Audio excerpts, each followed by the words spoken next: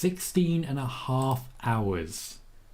That's how long we've been live already over the course of the WrestleMania weekend, leaving us just the 3 hours left for our Raw watch along. Thank you, Sai, for this here graphic covering the most dramatic moments of the bloodline from WrestleMania as well. We are live once more for our Raw watch party. Start to finish, we will be watching Monday Night Raw. And when it comes to Monday Night Raw, there are promising to be some crazy moments. It is the Raw after WrestleMania, so if there aren't crazy moments, I'm going to demand my money back. Let's be fair. Thank you very much, Gaming with Sats. Thank you very Saz. Gaming with Saz, welcome. Thank you very much for following on the Twitch side. We are going to be watching from start to finish the entirety of WWE Raw. Roman Reigns and Cody Rhodes will be returning to the same place where it all went wrong for Cody. Sami Zayn and Kevin Owens undoubtedly, hopefully, taking the opportunity to get themselves cheered. We have a commercial-free first hour to celebrate, meaning that they're expecting something big to happen. There are heavy rumours of some big names and some big call-ups, so let's see what happens. Firstly, I want to thank Sean for letting us know, according to Fightful, the top contender matches for the women have been cut, which suggests a very late in the day play on that one. I want to say a big thank you as well to everyone who's already in the chat. We have Joseph, we have Andy, we have Justin, we have CCC, we have NJ, we have Mark saying hi everyone. Hope you were all excited for Raw after Mania. Dom saying, back again, Tom. I know you said it was a watch along, but to me, you did a great job hosting WrestleMania weekend. Thank you, Dom. I appreciate that. It was exhausting, but I'm glad to say we got there. That Newcomb guy, I do, mate, says, well done, Tom, on all your work this weekend. Thank you very kindly. Mustafa says, hey, bud. Stuart Ridley is here as well, saying, evening, Tom and chat. Liam G says, Tom, if there's any big returns tonight, who do you think it will be? If it's going to be returns, I think the appearances from a Randy Orton or a Big E backstage would be the biggest ones, but I don't expect returns to be the name of the day. Matt Riddle, of course, is also rumoured.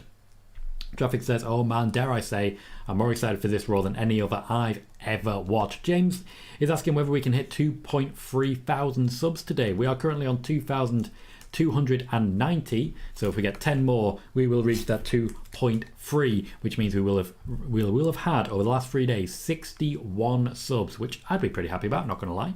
Traffic says also, what's up, Tom and chat? Dom says, don't forget to hit the like button. We have 3 words for you. Are you ready? Eric, don't you worry, you're still here, and I'm happy to have you here. Hopefully, you're just paying attention to what I'm saying, and we can all move on. Rodney, how you doing? Says, hi, Tom. Welcome to the show. Sean says it was replaced by Damage Control versus Liv and Raquel. Maybe, just maybe, we have some tag team championships going on. Liam wants to see the Indie God tonight. Jonathan says, hello, Tom from Louisiana. Hope you're well. First watch along, but been watching for months. Keep doing your thing, bro. Thank you, Jonathan. I appreciate that. I am trying. These are a little bit different from spoiler warning in that after that initial rush of questions and answers, we do start to chill out a little more. We are watching a recap of WrestleMania right now with a bit of a party theme going on. Moxie says, thank you, Tom, for an amazing weekend and fun watch party. Thank you kindly, Moxie, for that as well. Eric says, P.S. What I said today about Triple H is my attempt at a joke. I understand you didn't find it funny. I'm sorry. Don't worry, Eric. It's okay. I like to just move on. I'm a forgive but don't forget sort of person. Nick says, will The Rock show up tonight? You know what we don't ask enough? Where's The Rock? We should all ask where The Rock is much more often. And Hector says, why are they just recapping Mania? Well, to be fair, they have to establish what's happened for anyone who may have missed it, because everything that happens tonight started with WrestleMania. Liam says Theory could come out mocking Cena and issue a US Open challenge just to lose. There are, of course, rumours of that, though the leaked lineup does suggest that that will not be happening. Pardon me. James says, is Shayna Baszler injured? She has picked up a small injury to her ankle. As far as I can tell, it's nothing long-term or huge, but it is a small injury. From what I can tell, she picked it up while trying to catch someone leaping off a top rope during her match at WrestleMania, had to take off her boot in order to have the mobility required to finish the match. And Liam saying the Indie God is Matt Cardona. Is he still under contract? It's a question that I've asked several times, and I've never been able to get a straight answer from anyone. So, once again, welcome everyone. We currently have 25 viewers and 14 likes already, which is a great place to start. Please remember to hit like when you join as well. And as I did say, at the end of spoiler warning earlier today, we finished on 2,290 subscribers. I'm looking for, over the next 3 hours, just the 10 more. We'll see if that's possible. Subscribe if you haven't already. Earlier on today, we spoke about the WWE being sold, Vince McMahon being back in charge of creative and indeed in charge of the UFC, as well as the rumours that went wrong for WrestleMania and the fact that they are looking to make tonight a historic Raw. Starting with Triple H making his announcement. Most likely this is just going to be about the sale, but Triple H is still looking to shake things up and make some changes as regards the rosters. Jaden is here to say, Tom, hello Jaden. Jonathan says, Tom, do you think Jay White will be Cody's surprise tag team partner? I would absolutely love that to be the case. We'll see how it goes. Stuart says, trips to start, let's go. And Eric says, how long do you think Liv and Raquel will be a tag team? They are looking to make some changes to the tag team division. Triple H wants to build the women's tag team division back into serious contendership. And to do that, you might need to keep hold of some of the people that you've paired together. Triple H is looking fantastic, looks intense, is roaring with a bit of pleasure about the fact that I imagine he's very proud of the WrestleMania he's just had. They make a point of announcing him as WWE Chief Content Officer.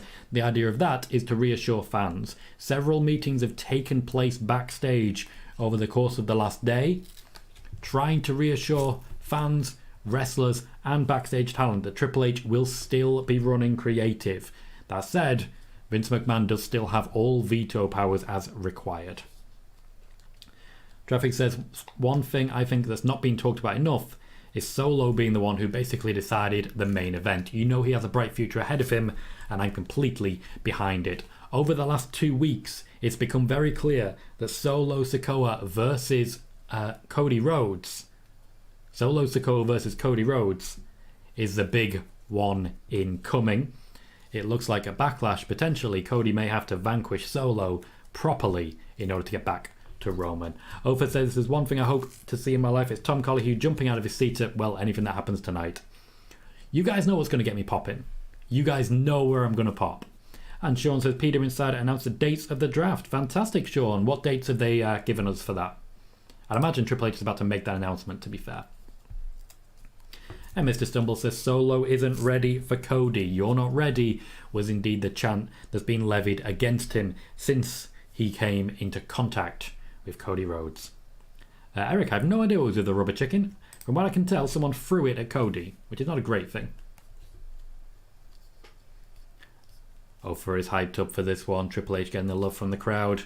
I see a Raw t-shirt in the front row, which tells me that he had a very different t-shirt on when he arrived. Sean is saying April 10th and April 14th. So, a week from now. Typical WWE. I would imagine then tonight we announce the draft. And then we build up to next week. They're not worried about ratings this week. It's the one after WrestleMania. They'll get the numbers. Next week, they take the advantage.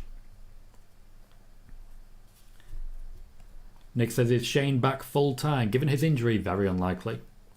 And Thomas says, we are so close to Jay White. We are hype for it.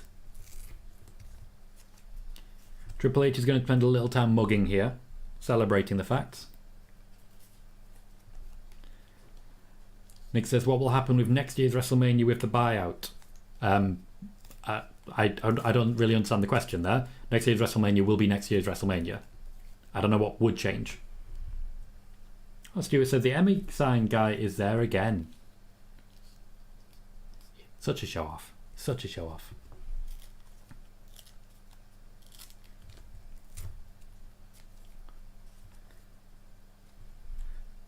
Triple H's plan right now, essentially, is to guarantee that from here on, we are already starting to build to next year's WrestleMania.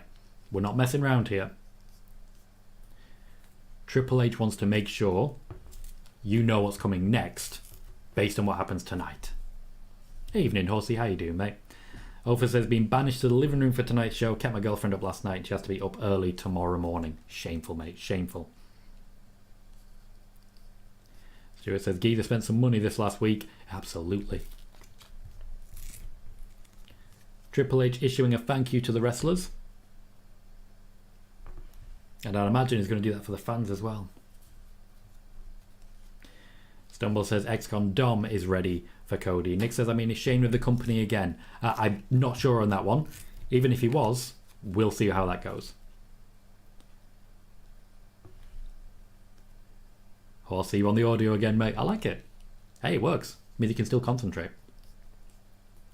Thomas says, imagine if Jay White attacks Triple H and then that sets up Jay versus Seth versus Jay White. Won't happen. Triple H will not be attacked by anyone. That's not going to happen. Are they seriously calling it the Crypto Arena? I mean, to be fair, that's a lot of people.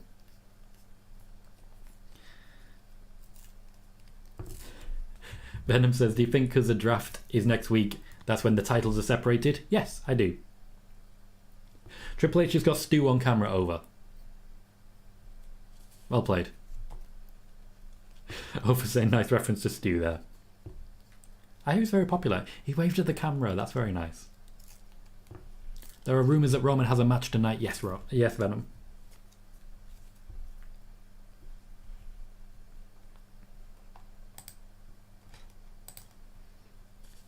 Triple H is in danger of getting emotional here. Mark says, thank you, Stu. Horsey says, Triple H is on a no-touch forever now, sadly, but health is more important, especially heart conditions. True.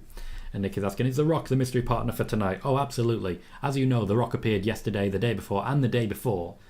He's been a permanent fixture, as per all the rumours. He is now thanking the fans.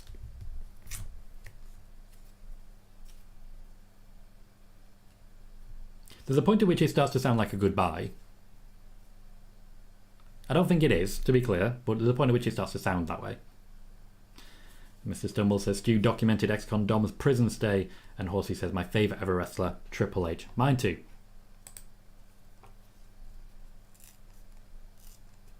There was a couple of dueling chants there, but the Triple H one won out. And a loud one it is.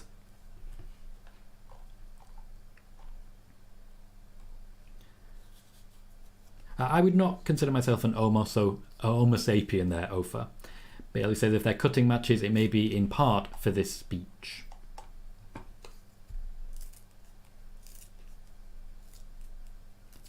Venom says, surprised if Roman doesn't go nuts at the Usos for losing their tag belts. Triple H's job right now is to essentially say, I know you're scared of the future and scared of change, but stick with us. No, Joey, Triple H is not leaving. Horsey says one of the best heels ever, especially 2000 run with The Rock. And James says, I heard that they lost the Rock song, so I couldn't go any truth to that. Absolutely. They lost the disc. They actually still kept it on a floppy disk. It was very confusing for everyone involved. No, Nick, they cannot use the UFC ring from now on. Joey says, did you see WrestleVote's tweet? They said this show has a big Vince McMahon feel. I mean, he didn't book it. So they may feel that, but that's not what it is. Triple H very much wrote this one. Venom, I've mentioned Steph already in my video from earlier today as regards a sale. Check it out if you want to know more.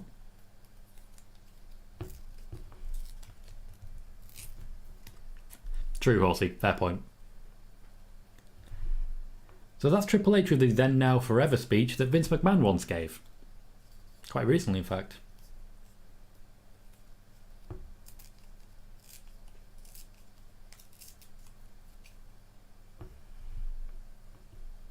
Oh God, the Omega. Oh, there's a big boo there. He said acknowledge. The fans there thought he was meaning Vince McMahon. Stuart said, the sign's awesome, my family think I'm at work. Triple H is introducing Roman Reigns, and he is guaranteeing a terrible reception for him, which is fantastic. No, Eric, the draft has not been mentioned. Megan says, we're not going anywhere except the grizzled young vets who left NXT today. NXT's in a bit of trouble, I do feel. I was reporting earlier on this one, but a lot of people have been promised call-ups that haven't happened.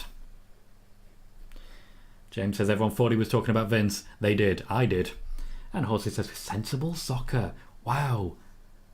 How far we've come. Mark says can't hear Triple H over him announcing Roman Reigns. The fans are not happy. They can't blame Triple H because it's Triple H, but they'll sure as hell blame Roman Reigns. A chorus of boos as he heads out. No Usos in tow. Once again, it's Paul Heyman and it's Solo Sikoa. I suspect Triple H, yep, he's shaking the hand.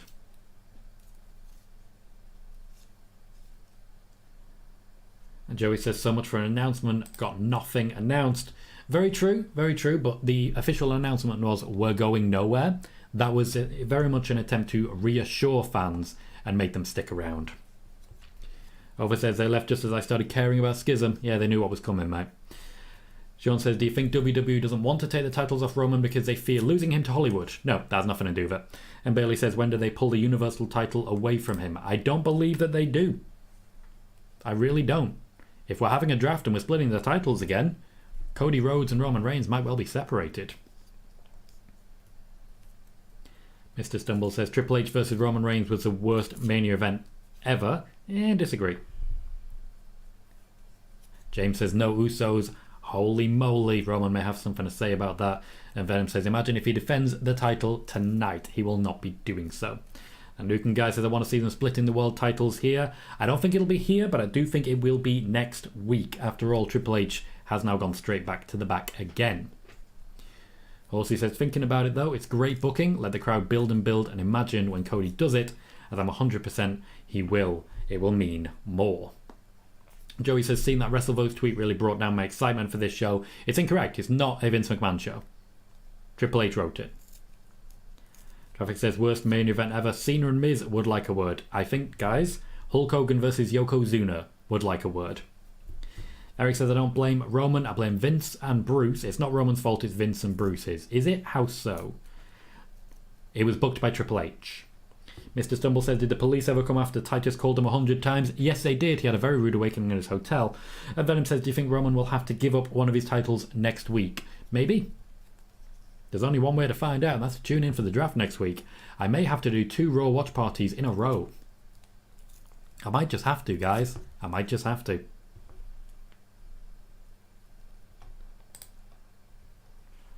Ophir says, clearly this person has not seen Mania 2. Yeah, I haven't seen Mania 2, and I'm okay with it.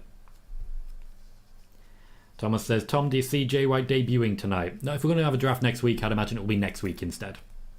James says, do you think Roman is in the talk for being the GOAT? Yes, I do. Oh, Horsey says, Hulk Hogan and Sid Justice are the word.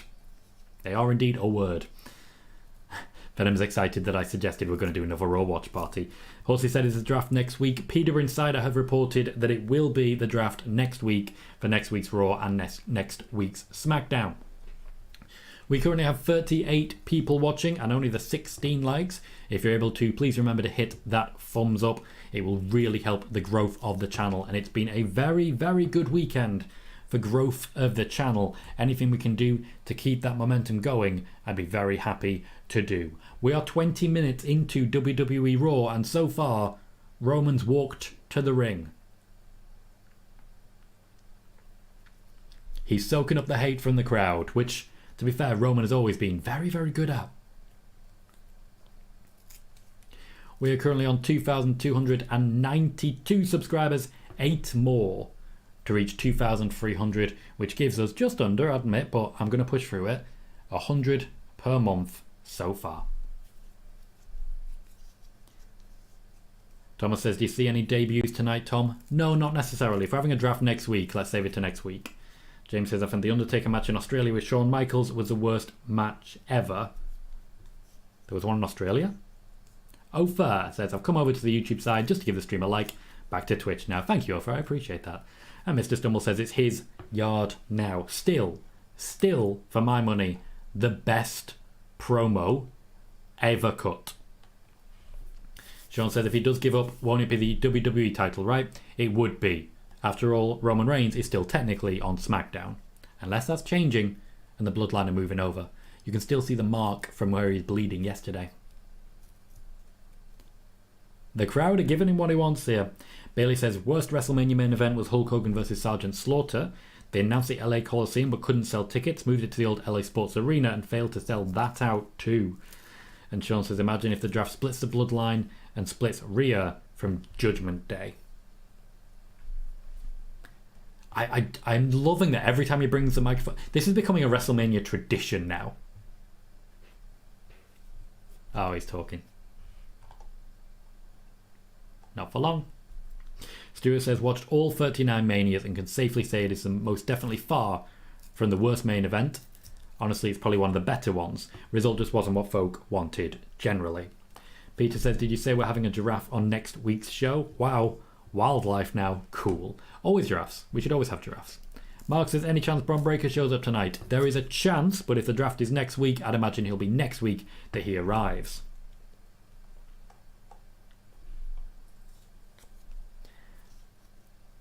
Roman has demanded acknowledgement, and Cody Rhodes is already stepping on his toes. Kieran says the Universal title is technically the 1,000-day belt. WWE Championship, he only won last Mania. Ofer says, imagine if this was just the This Is My Yard promo from 2017. I wanted it. I wanted it. Cody is on his way down. The vanquished, the beaten, the loser. Ghost Welcome says, considering the first hour is commercial free and we're almost a third of the way in, let's hope the action picks up soon. Yeah, they're not really taking advantage of the lack of commercials, are they? Excuse me. Whoa ho. Sean says we could just see a package for Bron Breakker. If they're announcing the draft, then ideally they can announce some people who will be called up, and then next week we actually put them to one side. Jay White then, if he is going to come in, FTR if they're going to come in, I'd imagine will be announced next week. Ofer says no wildlife on weekly shows, now after JBL's dinosaur incident in Japan. And Megan saying something Cody Rhodes. Something dark side. Venom says, do you think he's going to mention the Usos losing the tag titles? The focus right now is on Cody, but I'm sure Roman will have more to say come SmackDown. Stumble says Roman needs a better 3D graphic. The one they have is awful. I agree, it's very unnerving. Horsey's expecting more returns tonight than debuts. I agree. Justin saying hoping Orton, Riddle and Styles are back tonight. One sec. Whoa, ho. Yep. Mark saying that was loud, and he is not wrong. Joey says the Raw after Mania 33 crowd was the best. I agree. Again, I still think that is the best promo ever cut, and it was 5 words. 5 yards? 5 words. Joseph says everyone gets a shout. Mark says Rhea versus Charlotte Flair match of the weekend, followed by Usos versus Owens and Zayn. Stumble says any Kenny Omega to WWE news. Kenny Omega is under contract to AEW. He will not be turning up at WWE. Joey says I hope we get some wrestling soon. I don't want to see a bunch of video packages and promos in the first hour. Nor do I. Horsey says when's the FTR versus Guns match? Only asks because they can't debut until after that. And Horsey asked about the beach ball one. It was the beach ball one. Mark says Andrade and Miro could be interesting returns, possibly Christian too, and all of those would be potential returns if they weren't actively under contract somewhere else and not going to be turning up. Hofer says the Usos 3D graphics are objectively worse. They're like those 30-inch figures from 2015. Wasn't good, was it? Ideally, at some point, Cody's going to have to blame Solo for this. Paul Heyman essentially just chuckling to himself behind Roman. We're nearly a sixth of the way through Raw, guys. Why is he acknowledging him as a better competitor? The guy cheated non-stop. There was no better. Happy birthday, Joseph. Hope you have a good one. Horsey says Miro's gone so quiet to be fair, but needs Lana with him. Didn't someone report that Lana was going to be returning at Mania? Ofer says if Christian were to ever return, I think I would genuinely burst into tears of joy. Stumble says Solo did nothing wrong. Cody started it by mocking his readiness. I mean, you're not wrong.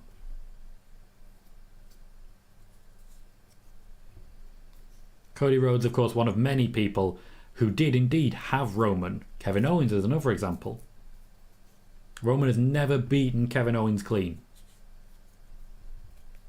Unfortunately, as long as there is a Solo, as long as there are the Usos, as long as there is Paul Heyman, don't matter if you got him. Does not matter. Horsey says, I think Cody feuds with Solo, then Roman back for SummerSlam. That's kind of what I'm expecting as well. Okay, Cody, what you got for us? Go says, while the loss sucked, and it now has garnered over 56,000 dislikes on WWE's YouTube page, I do think it managed to get Cody even more crowd support in a way. I agree, the crowd are definitely there for him right now. Cody has demanded a rematch. Roman is not going to be likely to agree. Ofer says, Cody's arguably my favourite wrestler to have held my favourite title, the White IC. And Sean says, Roman has never beaten Seth either. Literally never. Roman's beaten Dean Ambrose a lot. There was a rock, paper, scissors of the Shield. Dean Ambrose would always beat Seth. Seth would always beat Roman. Roman would always beat Dean. Paul Heyman has something to say. I imagine the answer is going to be no. And Cody will have to hurdle some, hurdles. Horsey says, I think the Solo readiness was a tease for the feud and planted seeds for people for Mania. FDR says, very few people have Roman beaten clean during the Tribal Chief era, which kind of did destroy Cesaro in his time. Heyman is asking for more details, suggesting that we might get our rematch tonight. We won't, but he's suggesting it. Joseph wants Roman and Cody for a 2 out of 3 falls.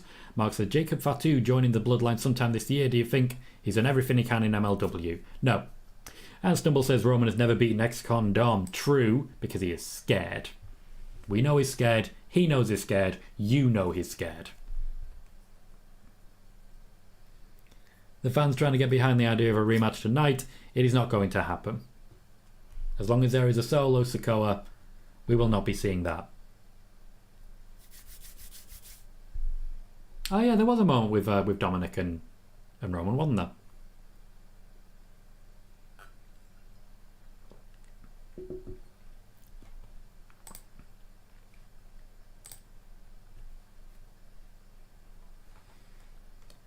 Paul Heyman just making a point that there is no rematch coming. Roman enjoying every second of this. Joseph, we don't even know there's going to be a tag team match. At this point, there may be a rematch. Let's get behind what's actually happening, shall we? Or try to. I mean, they're trying to tell a story, and we're jumping ahead 15 steps. We're jumping ahead like 2 hours.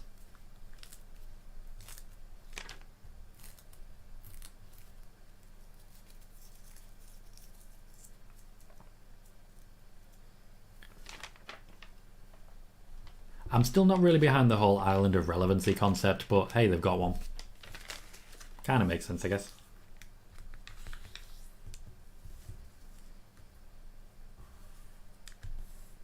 We've finally got a bit of attitude from Cody, who's been massively passive in this whole feud so far.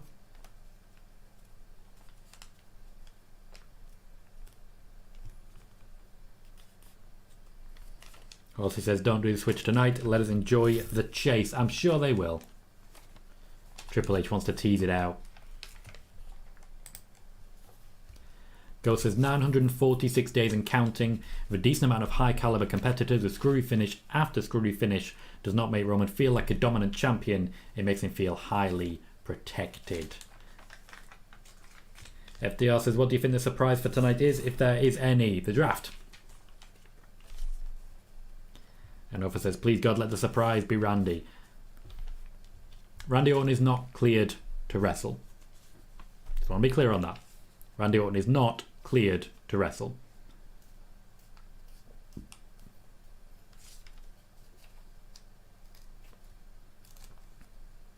I'm not entirely sure what the crowd are chanting there, but he didn't look happy.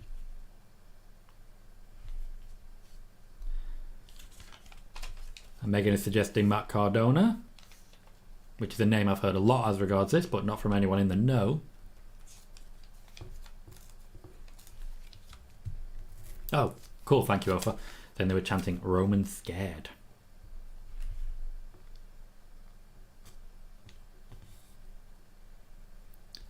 Paul Heyman officially going into pitching mode.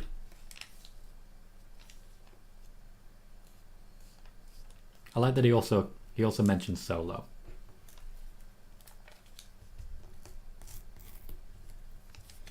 Roman Reigns and Cody Rhodes will indeed both wrestle tonight. Stumble says best Raw after Mania debut was Ezekiel. And Joseph says, I think there should be a triple threat match for the undisputed Backlash Roman, Cody, Seth. That will not be happening. Smile says, what is next for Bianca Belair? They've not worked that out, apparently. Horsey says, who wants to get Randy? Well, there are some conditions. It has to be someone who wrestled at WrestleMania. That suggests it's probably Sami.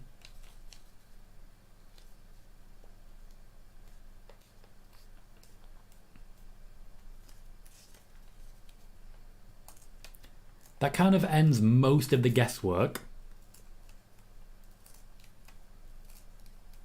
Maybe Brock.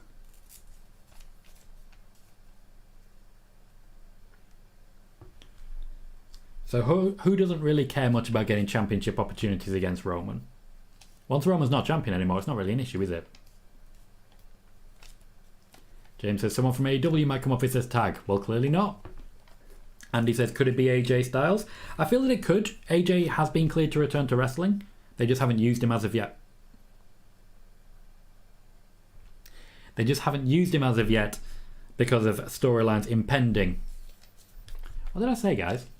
Smile says, Cardona has a pay-per-view match in NWA this weekend. Horsey says, this is better than watching it. Thanks, Tom. Great description, mate. Well, for those who are not necessarily watching, but are relying on my descriptions, do you remember how I mentioned that it could be Brock Lesnar? For some reason, Brock Lesnar's making his entrance to the arena. He, of course, defeated Omos, and to my knowledge, he's not able to get any championship matches anyway. Weren't we told that Brock Lesnar is already forbidden? He is indeed already forbidden from challenging for the title. I thought so. So is Matt Riddle, to be fair. Brock Lesnar looks like he's ready to be a tag team partner, having beaten Omos. And I do feel this may be setting up Cody versus Brock in the near future. Ophi just says, oh. Bailey says, any idea how much Lesnar makes per match on a limited date contract? He doesn't make per match. He makes it per appearance, and it's a lot. And what I will say, we heard rumours that WrestleMania was going to be Brock's last match. And I believe I reported that was not the case. Brock with a very aggressive handshake to Cody. I don't think he really cares about Cody. He just wants to piss off Roman. Well played, Trips. Well played. We're going to get to see Solo Sikoa versus Brock Lesnar. No, Joseph, I was not necessarily a big fan of Matt Cardona or Zack Ryder as he was, because I didn't really watch when he was. Mark is saying, oh my god, a lot of suggestions, but none of them in the end were what we were expecting. Joy saying, why is Brock Lesnar coming out? James going, what?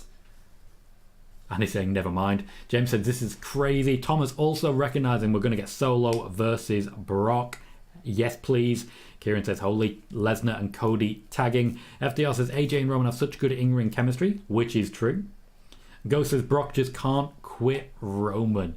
Rodney says, is Judgment Day going to get new members down the road? Maybe, maybe not. We've got no confirmation either way yet. James says, this is actually surprising. Megan says, this is clever. Wasn't there a thing that Brock can't challenge for the title while Roman has it because he lost at SummerSlam? Yes, indeed. There is. Very smart. FDR says, wow. Stuart saying, nearly tore Cody's pec off again with that handshake. And Stumble says, whatever happened to R-Truth? He picked up an injury. Corey Graves and Kevin Patrick are the commentary team. I'm going to take this opportunity to post a tweet. Brock Lesnar is going to share a ring with Solo Sikoa, and I absolutely cannot wait. I mean, why the hell not? You know that's going to be good. Also, more importantly, Brock's hat has a feather in it. And Brock is just throwing Cody all over the place. Like, he's just picking him up and tossing him hither and yon with no concern whatsoever for his actual health. That is amazing stuff. Joey says, is Brock going to wrestle on Raw? Yes, he is. Smile says, I want to see Brock versus Bron Breakker. Megan is saying Brock versus Solo. Yes. Sean says, this will be the first time in, 20-something years Brock will compete on Raw? Yes, it will. He's had one SmackDown match in all that time as well. Ophir says, I see they made it an Adler's first hour just to show off WrestleMania. Pretty much. That was our first 35 minutes. 35 minutes. Kind of a lot. Kind of a lot. Mark says, has Brock ever been in a tag match? I can't remember. He has, but it was a very, very long time ago. Funnily enough, Brock goes backstage and Omos immediately is the next one out. Our opening match will be Omos. Yep, no Jay White. Again, if they're doing the draft next week, then I wouldn't expect to see Jay White until next week.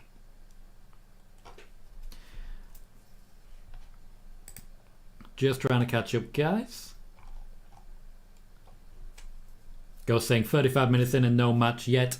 Well, Omos is making his entrance. It looks like at 40-minute mark we'll start wrestling. Over says, oh yes, rise Homo sapiens. James saying they chose Brock because he can't face Roman for the title again. Yep, and Brock chose himself for that exact reason. FDR says, Brock for a tag match. This is something else, I tell you. Jonathan says a prize partner was Brock Lesnar and not Jay White. Justin says was scared he was going to F5 Cody. Maybe he will. Maybe Brock Lesnar's got a heel turn coming. Joey not so excited for Omos. Venom says Solo fears Brock. Stuart saying Omos and the Sinister Minister on the way. Joey saying yes, changes were definitely made to the show. That or the initial leak was wrong.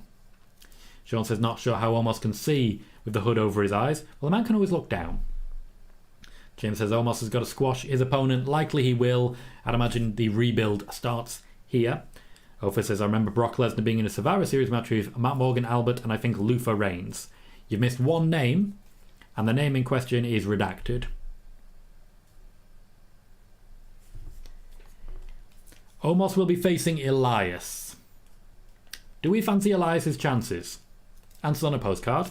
Also, please remember, we will be doing a match rating after this. After every match, I'm going to keep it from Mania because it was so fun. We will be rating the match out of 10. So you'll have to let me know what we think of Omos versus Elias. I gotta say, probably not going to be a high rating, but I'm a prejudging. Peter says, think Cody just pulled another rib when Brock raised his arm. He's very aggressive. And Ophir says, Elias has such a win entrance theme. FDR just says, poor Elias. Poor Elias. Thomas says, are you trying to throw me off the scent in terms of Jay White debuting tonight? You know how I work. You know how I roll. Joseph says, Tom, what do you think of WrestleMania 40 being held in Philadelphia? They announced it when I watched it. They did announce it. I have no real thoughts. It's in a place in America. Oh well. I know very little about Philadelphia. Other than the fact that it's always sunny. Mark says Twitter is going nuts for Brock and Cody as a tag team. Joey says it has Vince written all over it. It doesn't. This was booked by Triple H. I've lost count of the amount of times I've said that so far, and I'll keep saying it. Venom says, very surprised Brock has agreed to wrestle on Raw. He was asked, he said yes. There was no real debate on it. Mark says, Ellie Knight got screwed at Mania. Should have given him Shane McMahon's spot. Well, given what happened to Shane McMahon, I agree. Venom says, do you think Brock screws Cody? Well, I've mentioned it as a possibility. It's a possibility. And Rodney says, the Brock-Bobby Lashley feud is not over. You say that, and yet it looks like, and correct me if I'm wrong here, because I'd be very excited by this as a concept, but I don't want to get too excited. It looks like we may be getting Brock versus Solo at some point soon, which I'd be very, very, very, very, very, very down for. Megan brings the stats. This is Brock's first match on Raw in nearly 22 years. His last one was a Singapore cane match against Tommy Dreamer in July 2002. Wow. Sean says, I think it was last year's Raw after Mania that Ezekiel debuted. I do believe it was, yes. And Ophir says it's in a place of houses, the Dudley Boys. A place that houses the Dudley Boys. Right, got it. Got it, I got confused. Thomas says, I don't think I'll be able to do a spreadsheet, but might do a leaderboard instead for predictions. I think it'll be okay for tonight, don't you worry, but if that's something you're interested in long term, that'd be pretty cool. Mark, thank you very much. A bit of a rumour killer coming in from Mark saying PDB Insider has not reported anything regarding a draft. If anyone is telling you otherwise, they are lying to you. Sean, unfortunately, it looks like you did not bring in the correct news. You got to go to the source, mate. My apologies, I should have double checked on that one. FDR says, let's play a game. Name Cody and Brock's tag team. Suplex Adrenaline. No.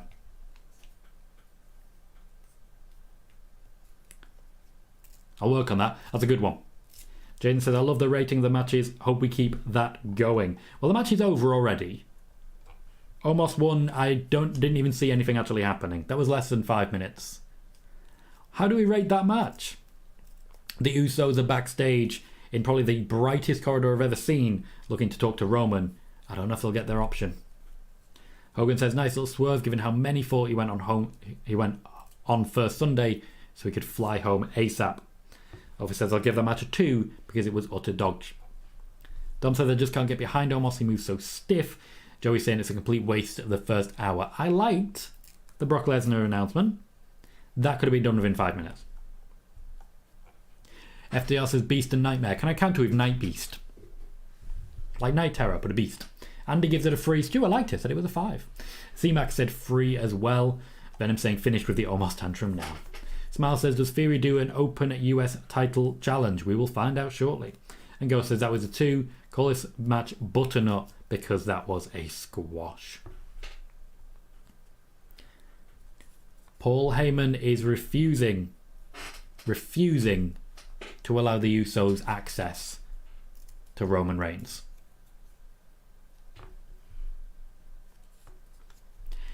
I do like that Paul Heyman keeps mentioning seafood. Jey Uso is not sold on this. He's unconvinced. Ofa suggests Nightmare City or American Beast. Dom gives the match a 2. Thomas says, what I will do is DM you during the week and see what we can do. That'd be cool. I'd be open for that. If this is something you want to do, then we can absolutely make that happen. Thomas gives it a 2. Jaden gives it a 2. Bailey gives it a 0 out of 10. Says a waste of time. Ooh, nice one. Mark suggests Dashing Cowboys. I like that. That's a good idea. FDR like Night Beast. And Joey says, Sap just tweeted some matches were changed and scrapped. Almost wasn't even listed on the card tonight. Or, if I can just pitch this as a possibility, maybe he was wrong. Have we considered the possibility that maybe he was wrong? It's not impossible. Every wrestling journalist gets something wrong eventually. Maybe he was wrong. He's been wrong a few times over the last few weeks. Maybe they're trying to find out who's feeding him. FDR just dropping a whole load of tables. Mark gives the match a 3. Stuart says Graves has some collection of suits. And Over says, maybe card subject to change. These things do happen. There's a whole load of possibilities. James says they just have celebrities behind the commentary tables. Well, not at the moment they don't. I mean, it's Corey Graves. We have a Hall of Fame recap. We are seeing a lot of recaps. More than I'm particularly happy with. Mark says that he doesn't believe Sapp or Meltzer and never trusts them. You are certainly entitled to your opinion on that one. Different people choose to trust different people, and I kind of get it. Oh, gotcha, James. I'm not sure, Andy. Who plays the Green Arrow? We currently have 50 viewers and 22 likes. If you're able to, please consider hitting the thumbs up button. Every like really helps boost the growth of the channel, and we have grown extremely quickly this weekend, thanks in a huge part to the efforts of all of you. Every like and every comment makes a big difference. It's one of the reasons this rating system has done so well, not just because it's fun, but also because it is genuinely guaranteeing more likes, more viewers, more subscribers, the growth of the channel over the course of the last weekend. A large part of it is this rating thing that we do. So anything we can do to keep the chat going, I'm certainly going to be considering. We're getting a lot of questions, a lot of chats, and having a lot of fun. So please do consider dropping a like and commenting if you haven't. Subscribe as well if you haven't already. We'll be doing watch parties for SmackDown every single week. Raw, we'll find out, but we're doing a special one now. And we also do spoiler warning news shows every Monday and Friday as well. I feel like, I know we're seeing the Hall of Fame, but it feels like a commercial break. It really does. Joey says, why would Triple H waste the first hour on Omos and video packages? Well, he's chosen to. James says the guy who plays Will Smith in the new Bel-Air as well. Interesting. Oh, that's Stephen Amell. Hogan says, personally, I think Sapp seems relatively reliable, especially compared to many of the wrestling reporters out there.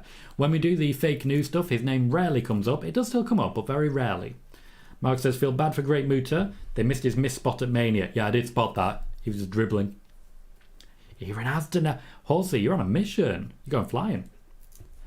Mark says, I thought that was cool after Paul Heyman talking to the Usos and said, when the door is closing, I sorted it. And he says, I think they're friends with Cody. Cool. Yep, FDR confirms that as well. And Jonathan says, it's a horrible start to Raw and a waste of commercial free, which I can't disagree with.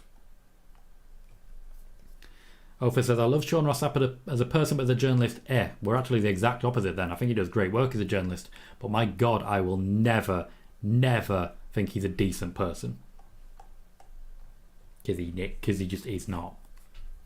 Sean says, no wrestling rumours today because of the sale news. Yeah, I just had to put all of my effort into researching news for the sale. Also, I got to be honest, I woke up at 1 o'clock in the afternoon. Because I was awake until 7 o'clock in the morning. Sometimes you just got to accept that maybe not today.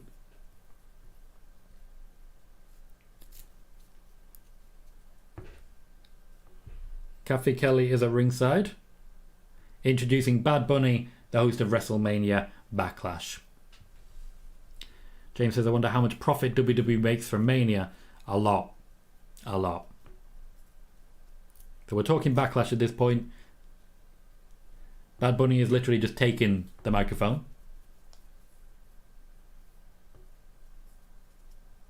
Movie content does mean very happy. Joey says, if Sapp and WrestleVotes are saying changes were made, I'm more likely to believe it since two journalists are confirming it. Two people confirming it is a good thing. What I will say, WrestleVotes is not a journalist. A journalist would have their name visible and would stand by it. WrestleVotes does not have that. Rey Mysterio is on the way down to the ring, having vanquished his child, whipped him and spanked him during WrestleMania. We are definitely cheering for the man who beats his child. That's where we are now. That's wrestling. That is wrestling. Mark says it's setting up the storyline for the next season, showcasing the main stories for future in case of new watchers post-Mania. And that is a fair comment. The idea is at the end of tonight's Raw, we'll have at least some idea of what is going to happen for the rest of the year. FDR likes Kathy Kelly. Me too. She's very good at her job. And C-Max says this recap was longer than the Omos match. Rey Mysterio and Bad Bunny are just chatting at ringside. Very compelling TV.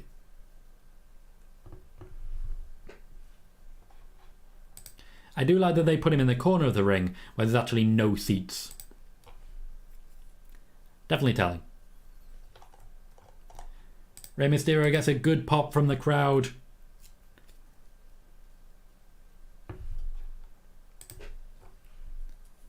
They are hyping up his entrance from last night as well. Well, night before last. I'm sorry, all the world is rolling together for me. Ophir says WWE is the only place where it's acceptable for a father to literally boot his son in the face, apart from most Republican households. I don't believe we've ever gone this long into Rey Mysterio's song. I feel like we're killing a bit of time here. We're very close to our 1 hour draw segment. Now, the original lineup apparently had Austin Theory taking on Rey Mysterio. So we'll see how that plays out. Mark says LWO will turn on Ray and Dom will join in place, I believe. I don't necessarily see that one. I think Judgment Day stays together. Ophir says Ray's entrance music reminds me just how much I love POD. It may be Pod. I'm not sure. I'm not familiar with their work. The crowd chanting 619.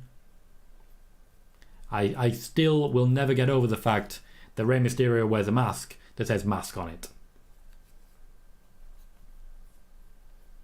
Ray cutting a promo here.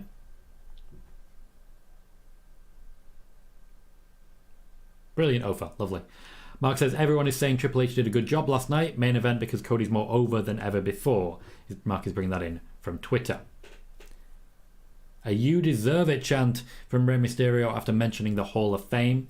Megan says challenge for everyone. Do you know how many people will have competed at WrestleMania after being inducted into the Hall of Fame? Now, I'm going to venture a guess here, Megan. I'm going to venture a guess as to how many people have competed after being inducted into the Hall of Fame. But what I'd like people to do, what's your guess for that one? Megan is asking, do you know how many people have competed at WrestleMania after being inducted into the Hall of Fame? How many people? I'll give you a minute. Ghost is excited for more talking. Yeah, it's kind of slow paced. Joey says, I'm so bored and we're not even into the second hour. FDR says Ray's mask is kind of meta in that way as regards to the fact that it says mask. Ophir says, I can't get over the fact that around Thanksgiving they wanted us to believe that Ray wears his mask at the dinner table. The man's committed. Mark is guessing 3 people competed at WrestleMania after being inducted. Austin Theory is indeed heading down to the ring. Eric is predicting 5. Ophir guesses 6. Now, as we've got a few in, let me make what I think is going to be the answer. 0. The exception, of course, is Rey Mysterio. So for counting this WrestleMania, there is in grand total 1 person who has competed at WrestleMania after a Hall of Fame induction. Oh, yeah, I'm completely wrong. Ophir's dropped some names and he's absolutely right. I was completely wrong. I forgot a lot of people. Ophir quite rightly pointing out Edge, Stone Cold, Rock, Lawler, Ray, and another he can't think of. Yeah, I was completely wrong there. Oh, wow. FDR suggests 8. Stuart is saying 7. Bailey says, does the question count the gimmick battle royal? Ah, that's a fair point. Andy says 4. Dom says 5. Rodney's saying 15. Eric bringing in more names. Rick, Ray, Trish, Lita, and Hogan. Mark says Angle, Ray, Trish, Lita. Rob, how you doing, mate? Says, hey, Tom. And Sai killed it. He did. This is beautiful. This is probably my favourite one he's made so far. Bailey says 3. A lot of mentions of Edge and Shawn Michaels. Megan says the answer is 13. Goldberg. Rey Mysterio, Edge, Beth Phoenix, Lita, Trish Stratus, Kurt Angle, Steve Austin, Ric Flair, Jerry Lawler, Bret Hart, Roddy Piper, and Triple H. Wow. That's fair. That is very fair. FDR saying Goldberg won a world title after the Hall of Fame. Joey says, looks like we're not getting those women's matches. We're nearly an hour in, and there's been no mention of the women so far. You'd think if they were doing it, they'd have called it by now.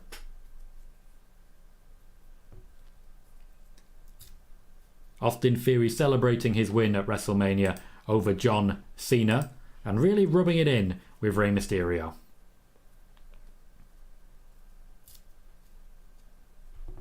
A "You still suck" chant from the crowd.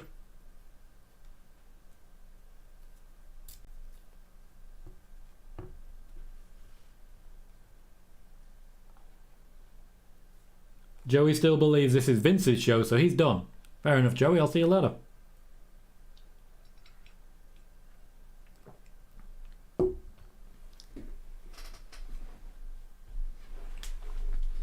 Austin Theory insulting Cena by calling him a part-timer? Is that an insult? That's just that he is. Like, he is. Austin Theory trying to get the crowd chanting for Ray. And succeeding. Mark says, does Damage Control disband? Io Sky deserves a good singles push. Not sure on that one. I predicted that they would. I believe based on what Bailey is saying, or has said over the last few days, I believe that may be something coming. FDR says at least there's no more who's your daddy chance at Theory. Don't mention that. You know it's going to happen again eventually.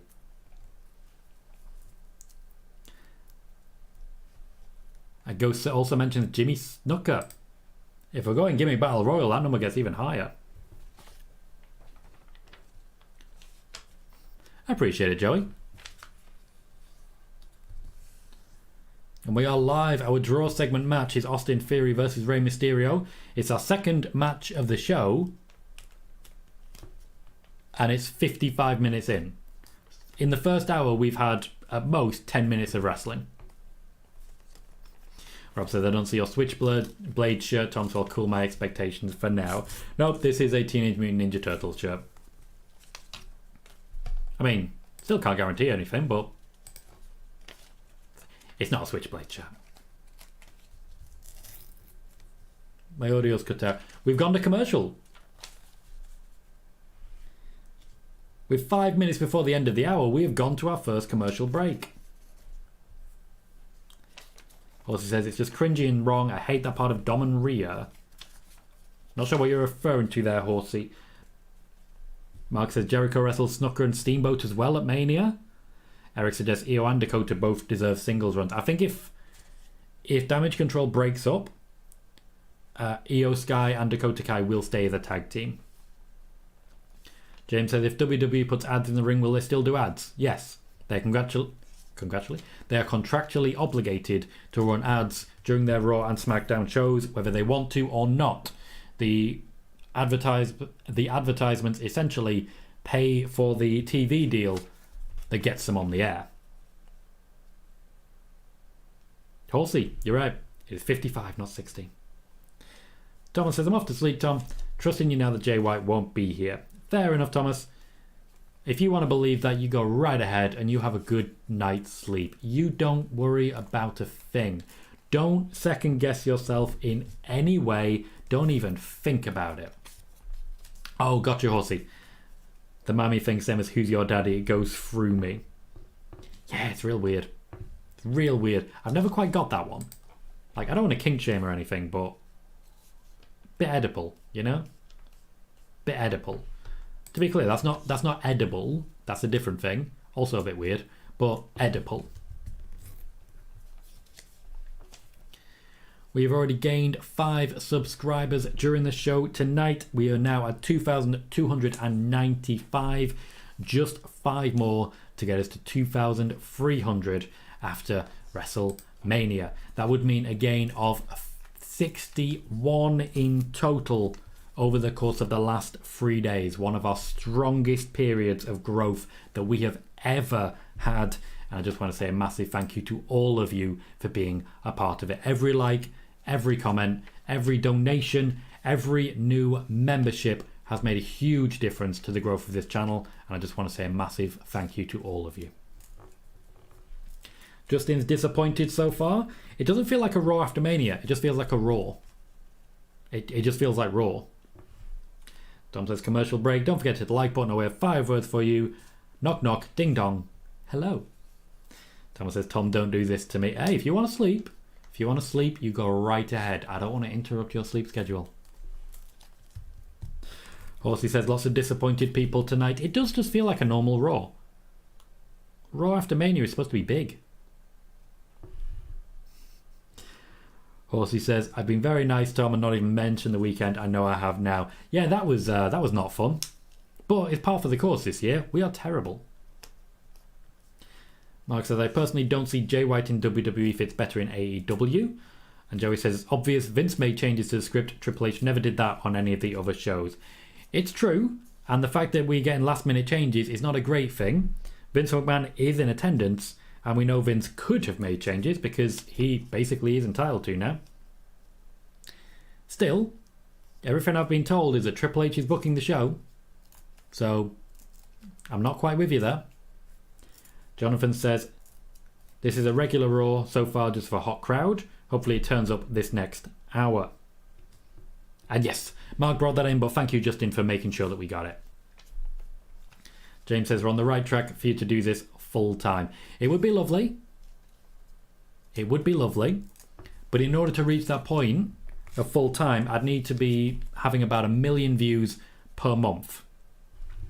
Given that I do on average 8 shows per month, I'd need about 100,000 views every single show. Now, admittedly, if I'm able to put some news in, put some shorts in, I could get some decent views, but we're nowhere near that level yet. We're not even at 1,000 per show yet.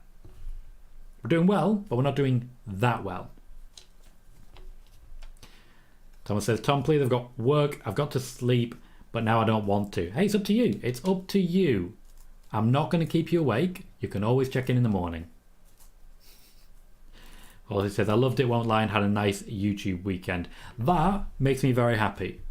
I did see that you that you went live afterwards, I believe, literally just sitting in your car on your own and just did a post show, which was very well attended. You're doing great things over there, mate. I could not be happier for you. Mark says, surprised Maxime Dupree didn't show up for Otis at WrestleMania. Otis turned his back. And Horsey says, it's a 3-hour show. Let's see what happens. Hopefully we are going to pick it up. I think there's definitely the potential for it. As regards Hall of Famers, Ophir says the Iron Sheik. Don't know if he's even in the Hall of Fame, but he should be because it's the MF Iron Sheik Bubba. And says, still not over the fact they plugged a Goofy in Serial during a blood feud between a father and his disrespectful son. Yes, Ophir Oedipal, you spelt that perfectly. Megan says, this is where I admit that I totally forgot about the gimmick battle royal for my question. My bad. Ophir says, I'm glad BT Sport reminding me of where Tottenham will be next season. I'd imagine they'll be on BT Sport. After all, that's where they live.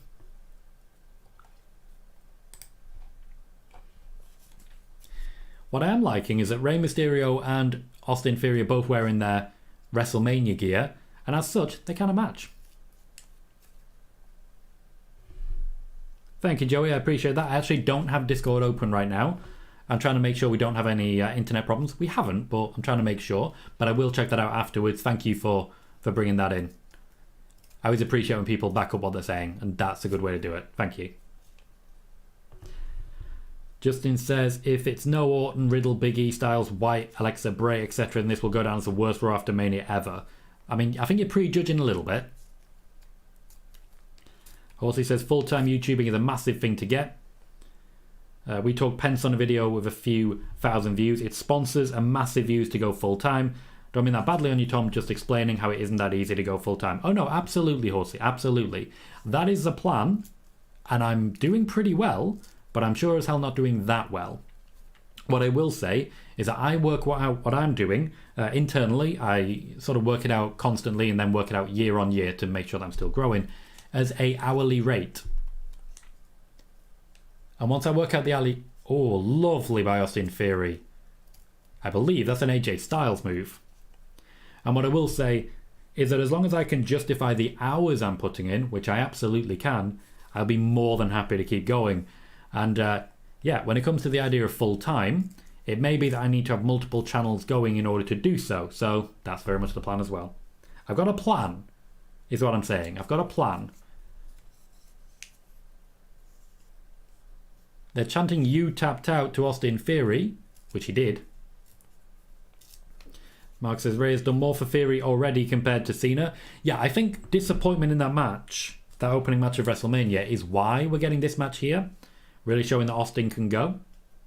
Oh, got you, Horsey. Yeah, sorry. I mean, I understand completely what you're saying there.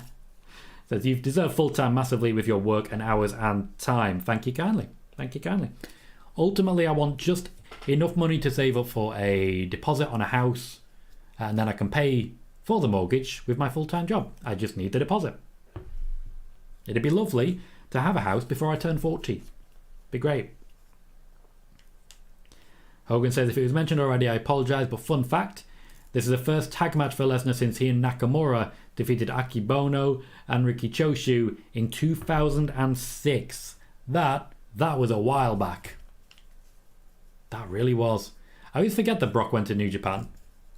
Was an IWGP heavyweight champion. Dominic Mysterio has popped up to cost Rey Mysterio the match. Bad Bunny, for some reason, not getting involved there. Damian Priest is with him now, encouraging Dominic to go in and beat the hell out of Rey Mysterio. Austin Theory won't stop him. He's already just leaving. Dominic throwing in some punches against Rey. It looks like this isn't over. But hey, you've got Dominic and Damien right there. You've got Rey and Bad Bunny right there. Dominic has landed his eyes on Bad Bunny. I think this may be the tag match that we get in Puerto Rico. Mark says John Cena didn't need to go over. Did his job by giving Theory a good rub. Theory will build off that match for a while, and Cena did his job without risking injury. That's pretty much what I see it as well.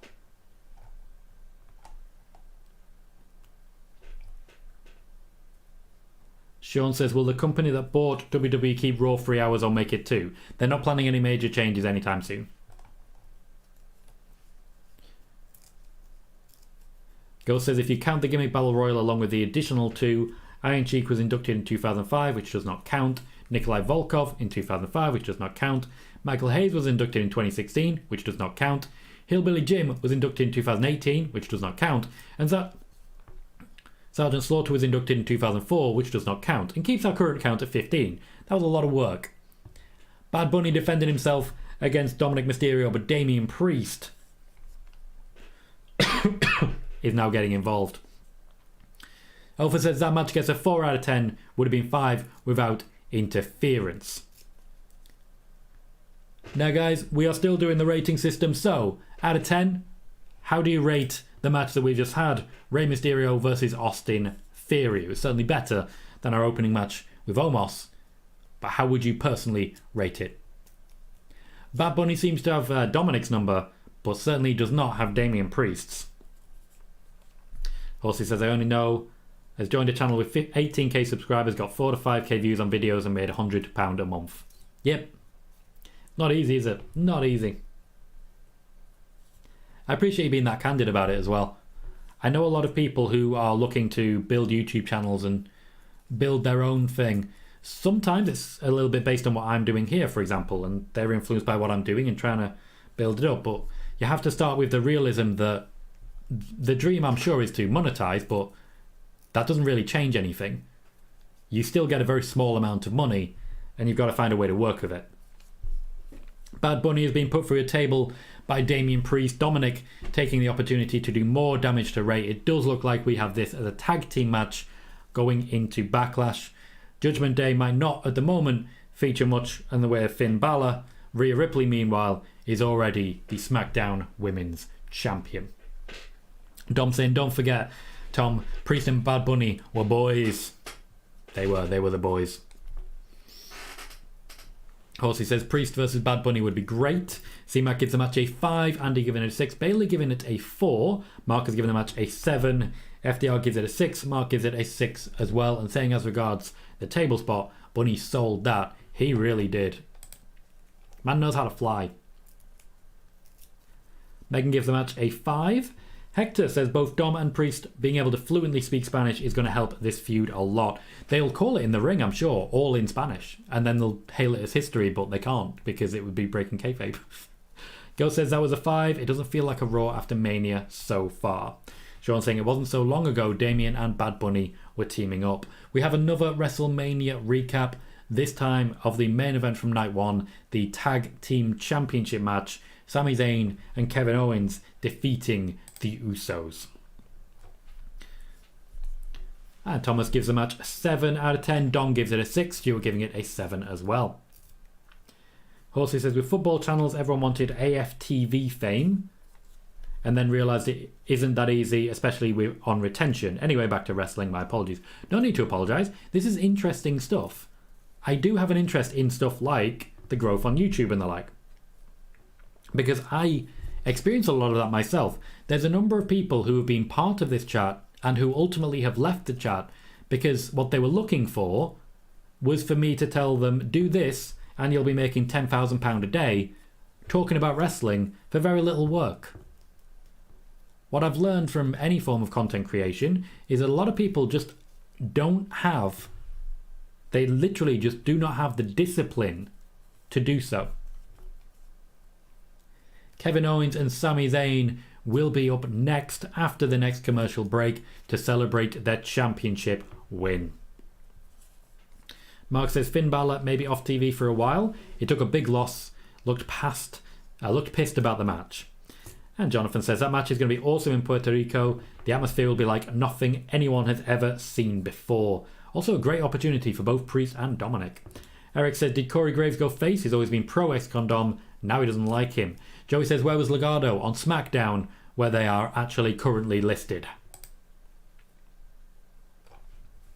Wow, we've gone back in time, and Sir Thomas Aquinas has subscribed to the channel. I always knew he was a wrestling fan, but my word. Welcome, Thomas, to the show. We will be providing you with notifications every time we go live for our spoiler warning news shows and our watch parties for both Raw and SmackDown. Raw's a rarity, but we'll be doing certain special ones. Alpha says, here's a fun question. How many superstars have competed at 5+ WrestleManias in a row? A hint, it's way more than you think. That's a big question, mate. That's a big question. Alpha asking, how many superstars have competed at 5+ WrestleManias in a row? Thomas Aquinas is here and would like us all to know it. Welcome, Thomas. Mark says, consistency is the key to success, especially in the streaming world. Absolutely. It's also, you need to be able to retain confidence despite setbacks. You have to. If you're watching here now and you are interested in content creation, can you give me a shout to let me know that you're interested in this stuff? Because you will have days where you're really proud of a 2-hour show you put together, and what happens is you lose 5 subscribers. Those days happen, and that's okay. You have to have the confidence and the discipline to keep pushing and keep going. You will have bad days. You will have moments where you look back over a video that you did and you think, I screwed that up, I screwed that up, and you will learn. And that's okay. It's okay. I've learned a lot in the time that I spent creating content. I learned a lot from a lot of different people, a lot of very talented people. I actually tweeted someone earlier saying a massive thank you to them for teaching me a lot about content creation as well. And it's not easy. You have to retain that confidence, but the trick is, would you do it for nothing? Because I will do this for nothing. I'm glad that I'm earning something from it, but I would do this for nothing. And for a long time, I did. I would absolutely do this for nothing. James says, who do you see winning the tag team match? What tag team match is that? Thomas says, in terms of football channels, what has worked for Red Men too is that they've gotten interviews with former players and with current players. Thomas Aquinas says, what got you into the WWE? I was 10 years old. I came downstairs and my stepdad at the time had put on a match right before SummerSlam 1998. It was a fatal 4-way tag team match. Stone Cold Steve Austin and The Undertaker were the champions going in. Kane and Mankind were the champions coming out. And I haven't looked back. It was great. C-Max says, recaps meant more back when pay-per-views cost $50 and there was no social media. Fair. Horsey says, you have to do YouTube as a passion at the beginning and then work very hard and then hope it leads to full-time. Nobody sees a 3-hour prep before. Again, people think click and go. No, you're absolutely right. The amount of scripting and research I do for spoiler warning, it really does bring down the average of what I actually make. But I'm still very, very proud and very, very, very much enjoying what we do here. The way I see it, I got to watch WrestleMania with some very passionate fans, and I wasn't alone. Yes, Eric, the draft being next week was just a rumour. Horsey says I have Simon Mullicon from the Mirror tomorrow and it took 5 weeks to organise. Hope it's worth it, mate, and hopefully it absolutely is. 456 says, thanks for the hard work, Tom. Appreciate that, Casino. The Nukem guy says, there'll always be people who try to tear down the work you do. You could do the most amazing thing and someone will still try to ruin it. Confidence is king in content creation, and that is absolutely correct. It is all about keeping it going. A behoosive question. You're absolutely right, Ofa. And Megan says, I already do what I do for nothing, have done for nearly a decade. One day, Megan, one day, fairly soon, I should be able to change that. Sean says, do you edit your own content, Tom, or do you have an editor? I can't afford an editor. Everything I do is edited myself. That's one of the main reasons you may see that the videos I've been producing recently aren't edited in any way, shape or form. I've been doing them in one take, hoping for the best. Mark says, I've started my new YouTube channel because of you and you've been an amazing help. Thank you, Mark. I appreciate that. And yes, I would do it for nothing. Dom says, commercial break, so don't forget to hit the like button. Oh, we have one word for you. Fandango. Dom, I don't know how you come up with this, but well done. We're getting a recap of what happened moments ago. It's been a while since I've watched Raw, and there's always a lot of recaps in it. This, of course, is setting up the match at Backlash, and I've got to say, I'm really excited for it. Really excited for it. Horsey says, it's no good having 50k subs but only 1k views, as where are the other 49k? I don't get people buying subscribers. It doesn't help in the long run. Very true. Very true. For a little while, I've been trying to help out with PW Torch and their YouTube channel, but most of the subscribers they have, the first 2,000 or so, are from interviews many, many years ago, and they're not watching the new content. So it's been a long time until they're able to get monetized. Adam Pearce not happy with Damian Priest backstage. Oh, gotcha, James. The main event tag team match. I think Brock's pinning Solo, personally. Horsey says, spot on, Tom. It's passion, not money. It's retention and watch rate. It does take a little time before you really start getting into the stats and all of the information behind the scenes in YouTube. It's all very helpful. Kevin Owens and Sami Zayn are on their way down. Thomas says, have you ever got bullied for being a wrestling fan? Honestly, no. If anything, I've been further celebrated. I knew a lot of people who wrestled in school. I was always a referee when we were playing. 456 says, I remember as a young kid watching Saturday Night Main Event at 11:30. Was hard to stay up at 7 years old. It's even harder now, I'll tell you that. Mark says, also wrestling is such a hard subject to cover. So many moving parts. Thousands of others trying to do the same thing. The contacts and the information I have thankfully made me stand out. What I've tried to do is bring people in with the news and make them stay with entertainment. That's what I'm going for. Sorry to hear that one, Megan. Ophir says, I compare content creation and professional wrestling. No matter how good you are, how much passion, you might still not make it. It's really all about appealing to the masses. I'm not sure that sounded as good as a message I intended, but you get the gist. I do. Sean says, do you think Theory defends at Backlash or Gunter? I think Theory does. I think Gunter will take this one off and defend it Money in the Bank. Sean says, when do you think KO and Sammy split the tag titles? In the draft, whenever the draft may happen. Also says, that's what brought me to you, Tom. Passion and being genuine, not for clicks, etc. Pure passion, and why I'm hoping you make full time. Appreciate that, mate. Appreciate that. And yeah, don't get me wrong. I have to write titles in a way that appeals to SEO. I have to make thumbnails that bring people through the door. But by and large, I have no interest in clickbait. I would rather do this for 10 people who care than 100 people who don't. And yeah, that will limit my ability to go full time, but I don't care. We have built this channel on one simple thing. Talking. I talk to you, you talk to me, we grow because I talk to you and you talk to me. You guys lead this show. In many ways, you're in charge of the channel. You ask the questions. I still remember when I first started doing spoiler warning and I had to script out for 2 hours before I started because I knew I'd get 5, maybe 6 questions total. Earlier today, I got more than 400 comments in spoiler warning. More than 400. The crowd are chanting, you deserve it, for Sami Zayn and Kevin Owens, who are wearing t-shirts that say champion.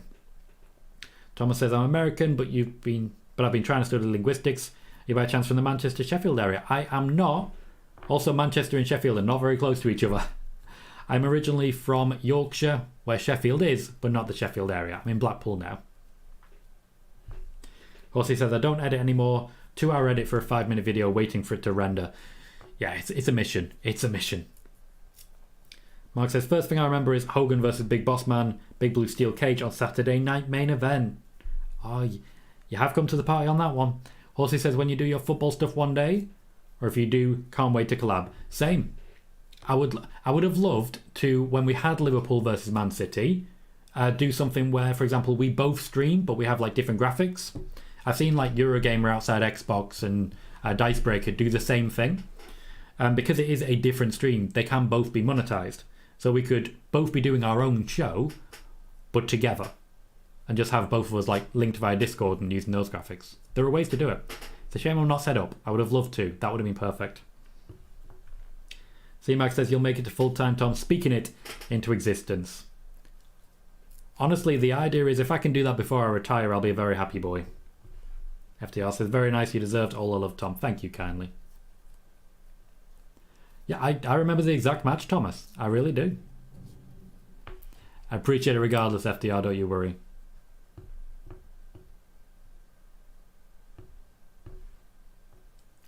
Sami Zayn putting over the crowd for making this happen for him. This should be a loving and a half. Ghost says, I'm a firm believer that everything you do has a purpose, whether it makes a major overall impact on your life or simply teaches you a lesson about who you are as a person. This is just a general message, but know that if you haven't already, you will find your purpose and you are capable of everything and anything you dream of. A powerful message there, Ghost, that I appreciate. I've been extremely lucky in life. I always wanted to be a writer. I've been writing fantasy novels essentially since the day I was born. My first novel, I was 6. That has been my purpose in life. And I'm still writing them now. I have a few novels available self-published on Amazon. That's as far as I could go. But I'm proud of the work that I put in. I'm proud of what I put together. Haven't published anything in a while. Because I'm doing a lot right now. And ultimately, I think if I do go full-time, I can start focusing on that. But I was first paid for writing at 19. I achieved my dream at 19. So when you achieve your dream at 19, what do? You dream bigger. And now here we are. Kevin Owens is declaring an open challenge for the Tag Team Championships. He and Sami Zayn will defend against anyone who appears from the back. The Street Profits are on the way down. This is going to be a match. This is going to be such a match. Horsey says, one day, Tom, we will make it happen. Absolutely we will, mate. Me and you are on the right track. We were born this way. Mark says, I want Montez to turn on Angelo. After WrestleMania, it certainly seems like they're on the same page. The finish of their match was amazing. And Smile Mark says, Street Profits. See, the biggest problem with the Fatal 4-Way matches at WrestleMania was a lack of stakes. If we'd have known they got a championship shot, I think we'd have cared a little bit more. Jonathan says there was a chance a debuting tag team but didn't happen. Yeah, it doesn't look like there's going to be a lot of surprises tonight. It really doesn't.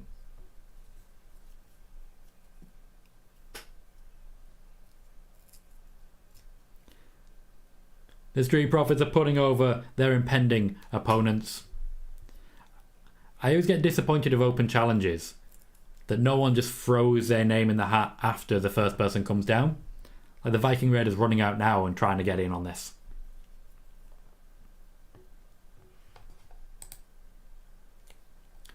Sean wants the smoke.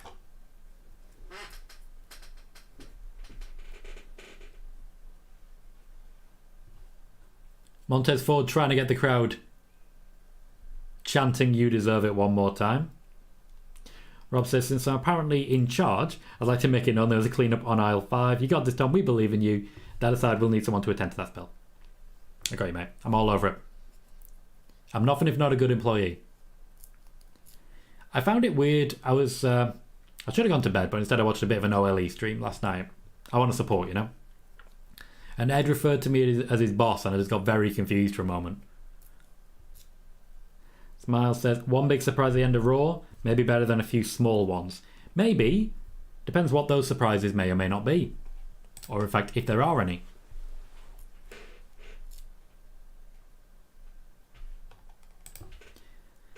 We're almost halfway through Raw, and I've got to say, just in saying, and I think this is fair, did Triple H just forget it's Raw after Mania? It's just feeling like a normal Raw. Horsey suggests Montez Ford, Bianca Belair, heel duo. Yes, please. I would take Angelo Dawkins with them right now, to be honest.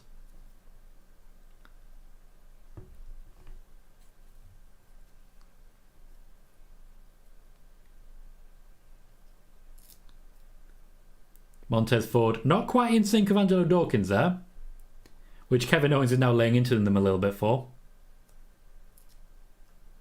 Like, they're focusing on the titles, but Kevin Owens is mocking them. You can tell.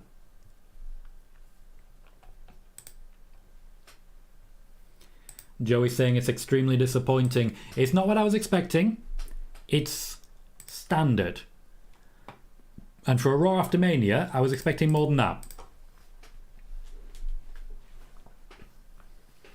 We've seen Bad Bunny. That wasn't really a surprise though. Brock Lesnar teaming with Cody was a surprise. I'm enjoying that as a concept. That for me is the big part so far. So the Bad Bunny moment has been good. Brock Lesnar in the opening segment was good. But I do feel like they kind of didn't do anything like at all with the commercial free section. And we're on to our third match. We're already halfway through the night. There's not enough wrestling happening. We're just getting too many recaps. Mark says Belair won't go heel. She's loved by the children too much. They need a babyface champ. Rhea and Roman are heels. Also, Austin Theory and Gunther are heels, but that doesn't necessarily mean that they all have to be. I don't necessarily think Bianca's going to have the championship that much longer. But I've been wrong before. As you all know, I've been wrong before when it comes to those predictions. After all, I was backing Cody.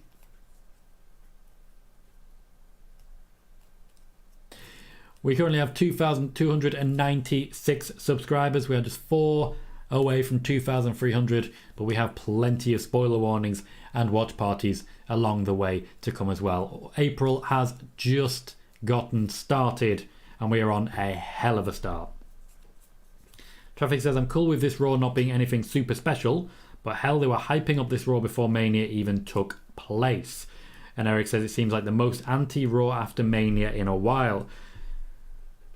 Triple H might want to just take this one nice and slow. It might be that they just overbook the main event so heavily, just so heavily, that it all starts to come together there. So far, though, we haven't seen a single women's wrestler, so I have questions. That's disappointing me most of all, I feel. There's so much more they could do with what we have. I don't know. Maybe it's just me. Maybe it's just me. Also, typically, if we have a commercial-free first hour, what will follow is the last 2 hours will just have a hell of a lot more commercials. They'll still get the exact same amount of commercials into it, they just won't have any in the first hour. Sean, you're the person who said it was gonna. You're the person who quoted Peter Insider, which apparently is not the case, and said that the draft will be announced for next week. So, maybe move on from that one. Ghost says, I don't want the smoke. I have bad lungs. Happy to see Street Profits tonight, though. Says, let's be honest. When was the last Raw after Mania that had big moments and kept the fans consistently entertained? It's a good question. I think it's probably one when Drew McIntyre debuted, if I'm honest. I believe Shinsuke Nakamura was on that one as well. So maybe 2017? It was a while back, it's a fair point. Sean says, New Day are for kids and they were heels. They weren't for kids when they were heels. I think you're remembering that one slightly wrong. They were not for kids when they were heels.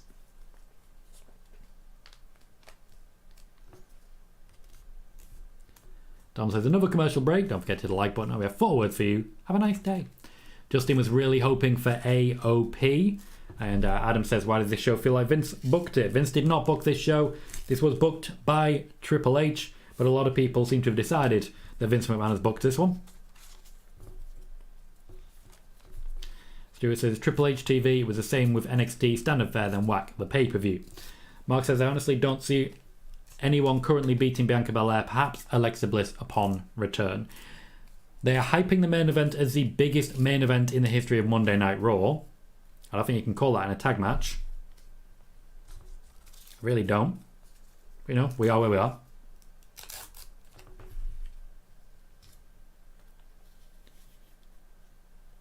They're advertising the TV show Bel-Air on Peacock.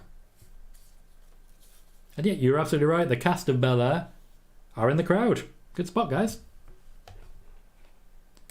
Logically, with them being there, Bianca Belair has to get involved in some way, right?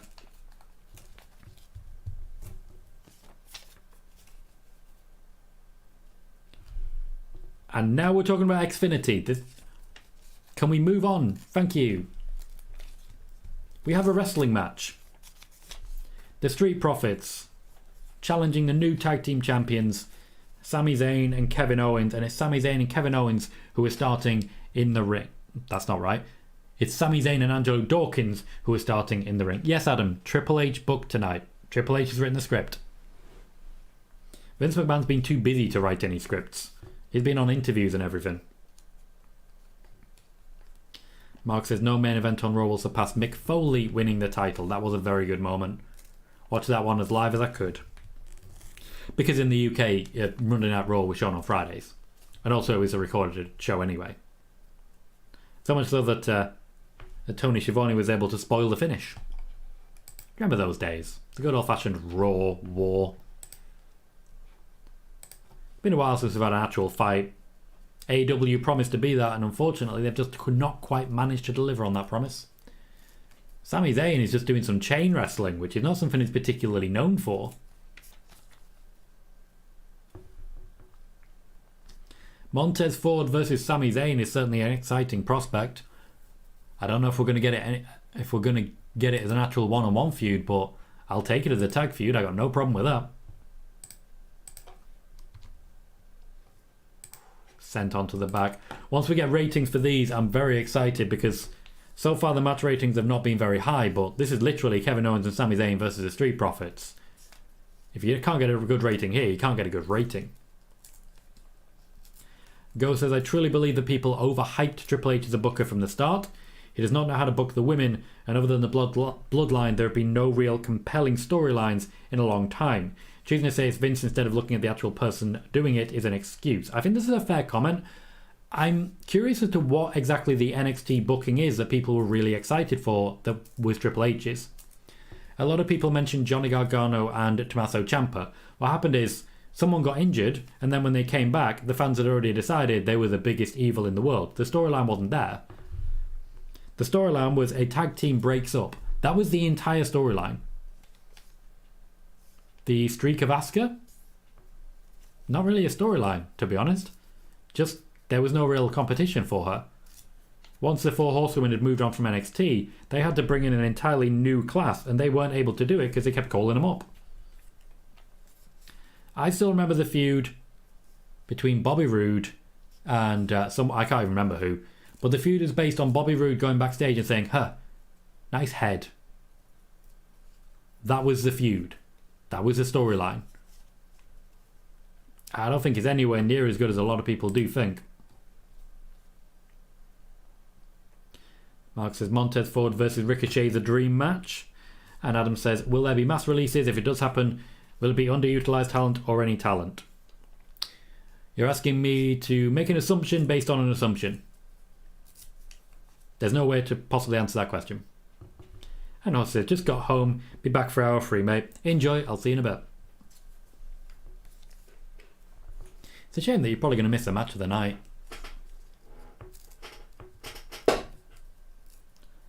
Mark says, Kevin Owens turning on Sami Zayn's storyline in NXT was good.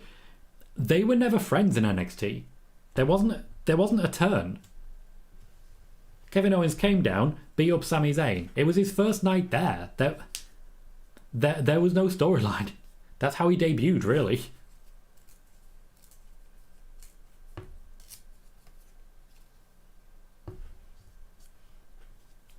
You're correct, Adam. You're asking me to make assumptions and then make predictions based on them.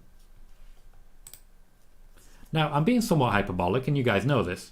There was a lot of good work in NXT, but in NXT the storyline was, here's a great wrestling match, let's get there however we can. They didn't bother about the story. They just said, we need a great wrestling match, let's throw some people together and give a wrestling match. Late Talk says, this Raw ain't hitting. And James says, I never liked NXT. I won't go as far as I never liked NXT. They put on great wrestling. But it is a fact that the NXT reason for being was to prepare wrestlers for the main roster. And in that regard, it completely failed. It completely failed. How many wrestlers were in NXT under Triple H, and when they get called up, they just completely failed? Jonathan says, the more this show goes on, the more I feel FTR is going over on Wednesday and remaining all elite. Certainly that's an option available to them and one that they may choose to take. Joey says, Black and Gold in 2018 was fun. But what storylines, Joey? Let's do some examples. And to be clear, not matches, because as an example, Johnny Gargano and Andrade Cien Almas had an amazing match. Couldn't tell you anything about the story. Like, what was their reason to wrestle? James says it was like too flashy and seemed just put together. Hogan says, just thought about this. Brock turns on Cody and forms a new two-man power trip with Roman. Sounds terrible. I'm in. Well, we can't exactly say that's Vince McMahon booking when Triple H was part of the two-man power trip. I mean, I hate it. Also, I get it. Ghost says, having someone fresh at the helm of the main roster overshadowed the past booking mistakes that were made. Enough time has passed on to stop blaming Vince, only in this situation, of course, and actually provide true critiques to Triple H who could use it. That's fair. I do feel that we need to hold Triple H to account when he makes what we feel is the wrong decision, just as we always held Vince McMahon to account. Triple H isn't infallible. Nobody is. He will make mistakes. Honestly, I feel Cody losing at WrestleMania was one of them, but I'm still going to give him an opportunity to show me what story he wants to tell. Long-term booking is not known to be a strength of Triple H. The most long-term booking in the company is Bray Wyatt, and we all know how that's going.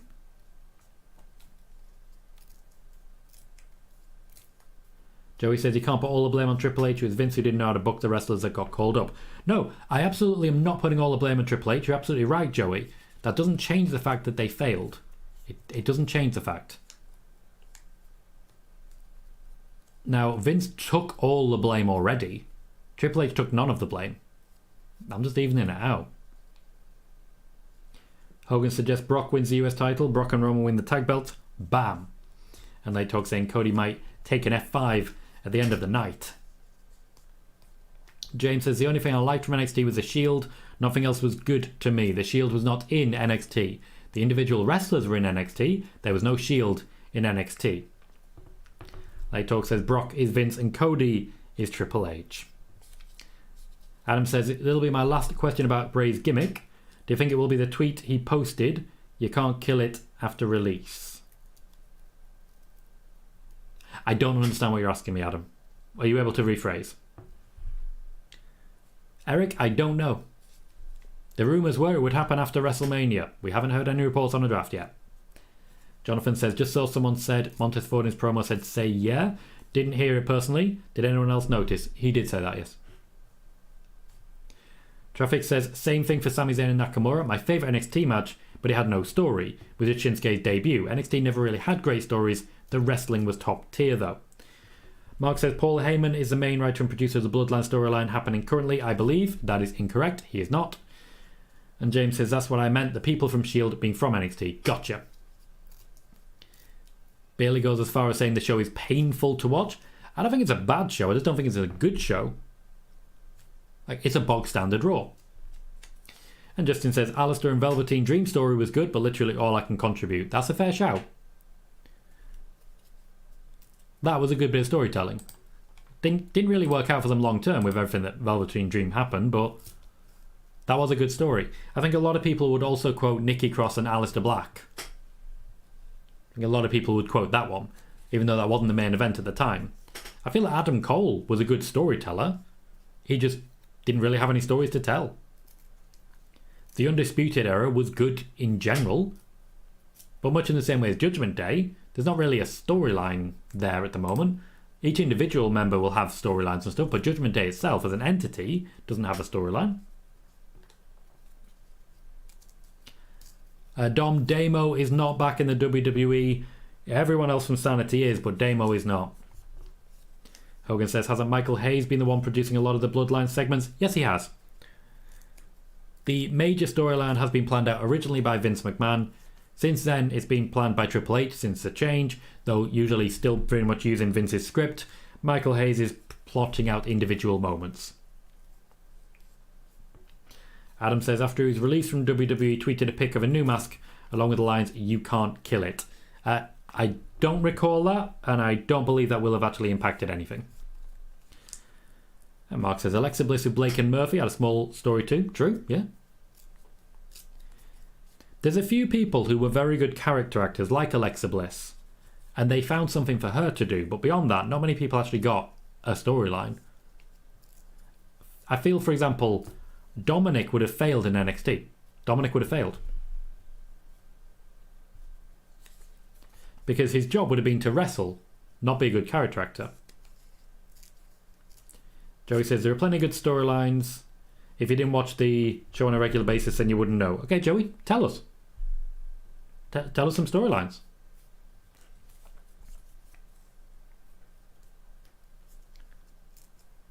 If people don't watch it regularly, help us out. Let us know what you think.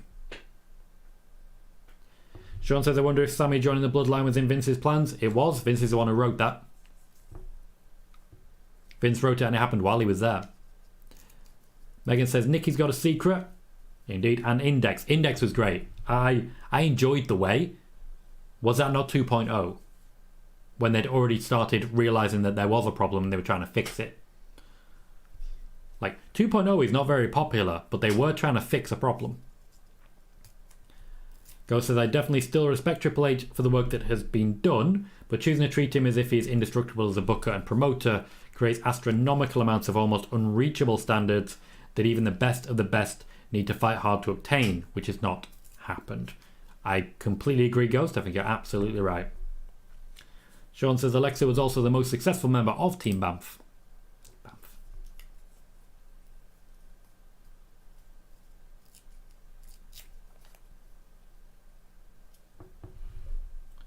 Asuka's streak was good, but as I say, I think the main reason for that was not a storyline reason. I think there was just no one ready to take the championship. They were even bringing Mickie James in at one point just to give Asuka someone to compete with. Adam, I've not said that there will be releases due to the WWE sale. Putting words in my mouth there.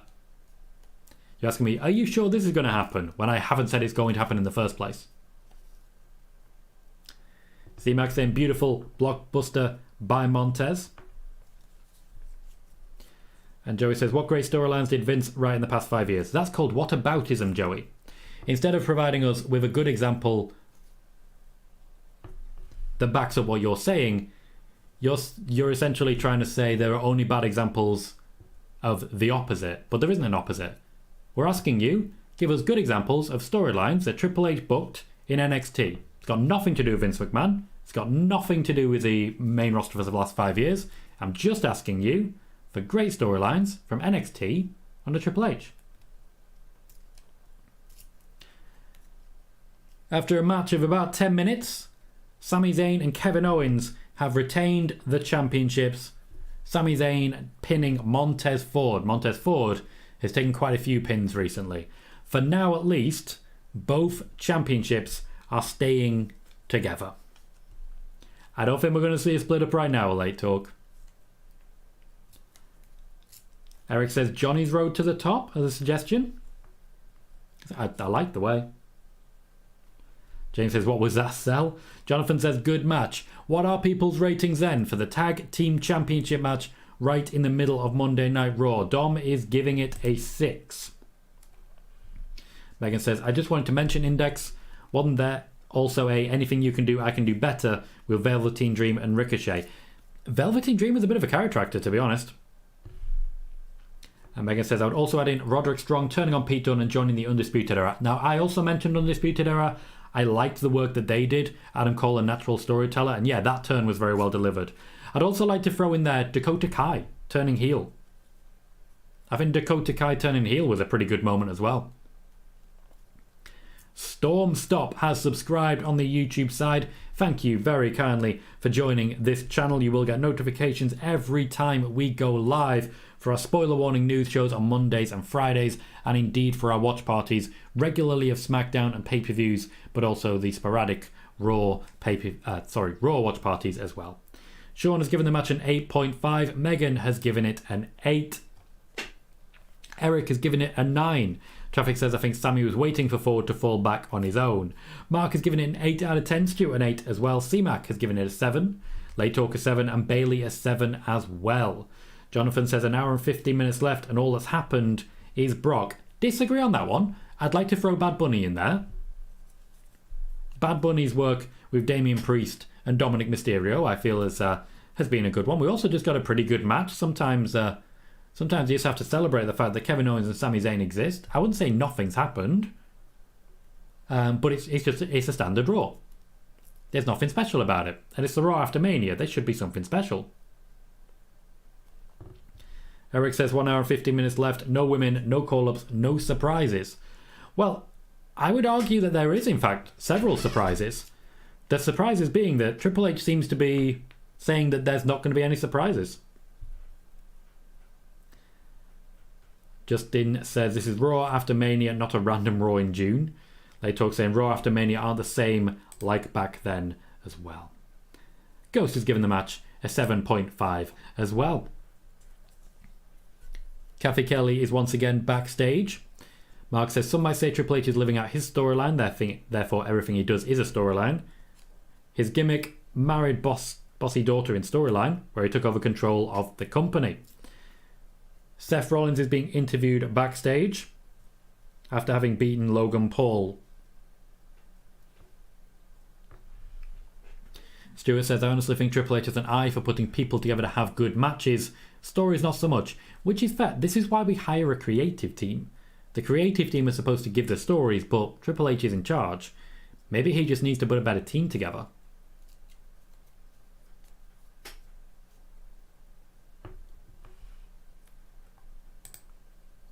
Seth is just so over the top. It is glorious.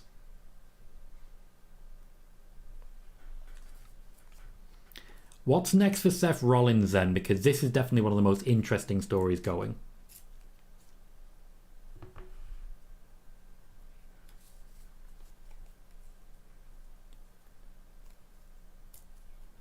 Joey has given us some examples. The Asuka undefeated streak, Adam Cole and Johnny Gargano. I don't actually remember a lot of Adam Cole, Johnny Gargano, I've got to be honest there. Gargano Ciampa I'm very familiar with. The DIY reunion not so much, but the actual feud was alright. I do think it was a bit over the top though. Aleister Black Mystery Attacker, so yeah, as we mentioned about Nikki's Got a Secret. And yeah, the Roddy one. I think we've got some good examples, but I don't necessarily think there's enough. As Stuart says, what's he wearing now? He's wearing faces. He's wearing lots and lots of faces. It's Seth Rollins, mate. Jonathan says, this segment I'm actually expecting some sort of a surprise to happen. Yeah, it's Seth Rollins. He tends to be the introduction. He's the Kingmaker now. He's not the Kingslayer anymore, he's the Kingmaker. Also, he picked up a win at WrestleMania. It's been a while for Seth. He's not winning a lot of matches anymore.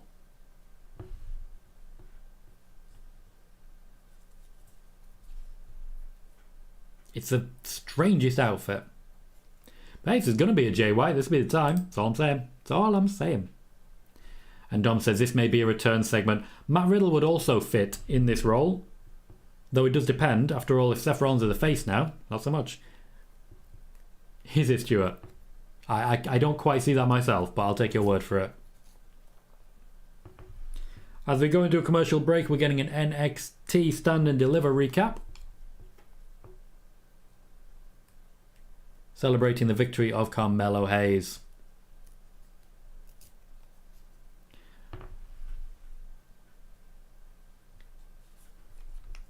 I am expecting to see Bron Breakker and Roxanne Perez on the main roster sooner rather than later.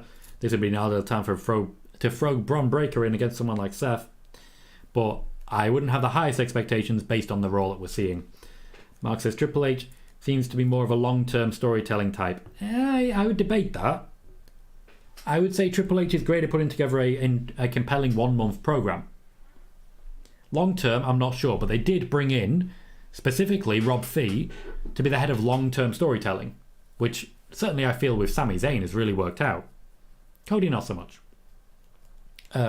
Bray Wyatt, not so much.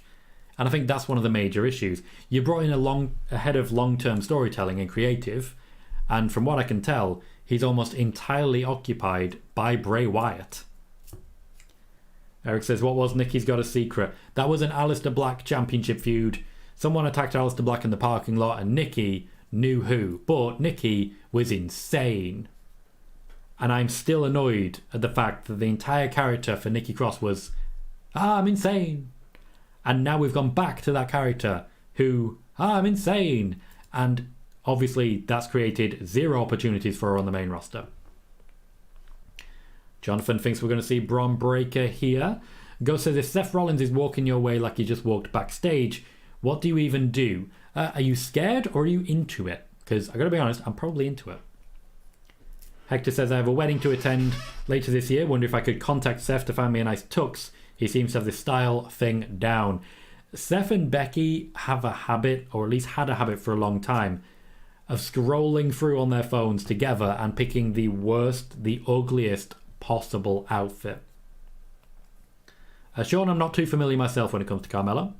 Megan says, one long-standing story in NXT which spanned eras, the NXT parking lot is the most dangerous place in WWE. And they brought that with them. I like that they brought it with them. Justin says, you need a heel, Jay White, hopefully. Late Talk says, guys, Tom is a surprise. Just watch. Yeah, all of this is pre-recorded, including all of the responses to your questions. Including the full conversation we just had about NXT, the one about YouTube, and content creation. All of those conversations have been pre-recorded. Honestly, I don't know how you haven't spotted it already, but I'm at Raw, guys. I'm at Raw. Love it, Late Talk. Ghost says it looks like Charlotte is doing great and is on vacation in Hawaii for her birthday. Well, I mean, that works for her. She got there pretty quick, didn't she? And why the hell not?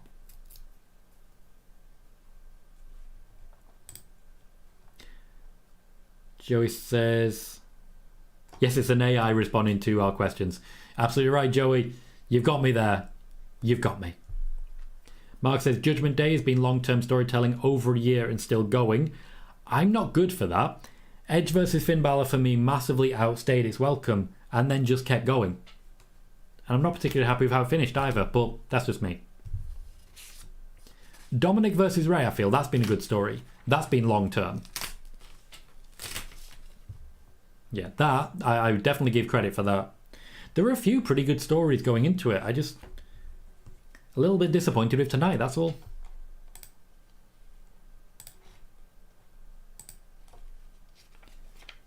The commercial break has been spent with Seth Rollins conducting the crowd. We're about to go into our third hour draw segment. Seth Rollins is in the ring. He could definitely wrestle in that gear.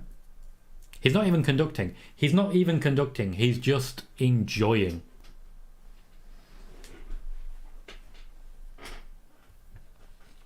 I don't think even Cody got a reception like this. This is glorious. At some point, someone's going to cue Seth in to start talking, but why would you?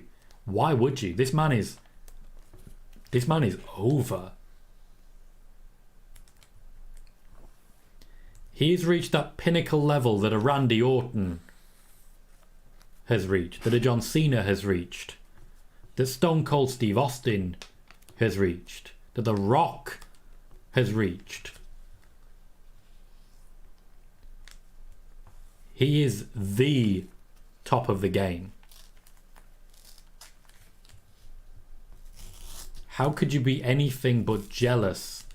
Seth's leaving. Seth's just leaving. He came out purely to get his flowers. He's just leaving. And the crowd are absolutely behind it. That's it. That's it. I love it. I absolutely love it. He just left. Bobby Lashley is backstage with Kathy Kelly.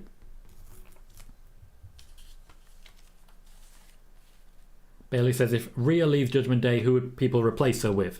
You're asking me to make a prediction based on an assumption. Late Talk says, maybe Braun or Riddle? Nobody. Mark says, Charlotte did what she had to do. Not a fan of how she won the title, just showing up on SmackDown and winning, but she put Rhea over strong, and now Rhea can run with it and build a good legacy.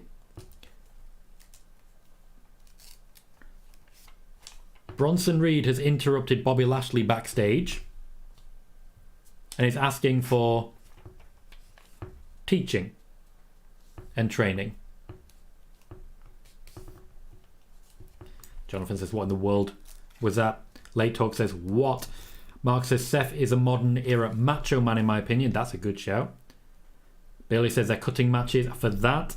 Late Talk saying he's doing a Jericho, comes out and hypes the crowd, then leaves. I'd imagine him doing that a few times over the next few weeks before getting interrupted. Justin says, I swear if we get nothing.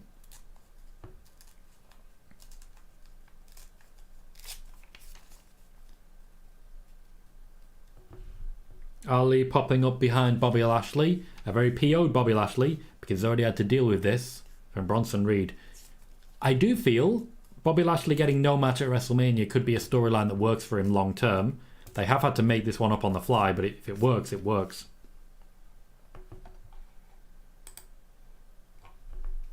Sean says, I wonder if the wrestlers hate standing there and waiting during a commercial. Many of them do, yes. Seth is not one of them. Officer says, that was the coldest thing I've ever seen. And Ghost says, it doesn't feel like we're almost 2 hours in, but I don't think it's a good thing in this case. Tonight has been uneventful. After the past few years, it's safe to say the legend of Raw After Mania being the best show of the year is dead. I would suggest so. We're about to head into the third hour draw segment. It looks like the third hour draw segment is going to be Bobby Lashley versus Mustafa Ali. Can I just say, why aren't they in their gear? Sorry, why are they in their gear? Kind of gives away the intention here. There's going to be a squash.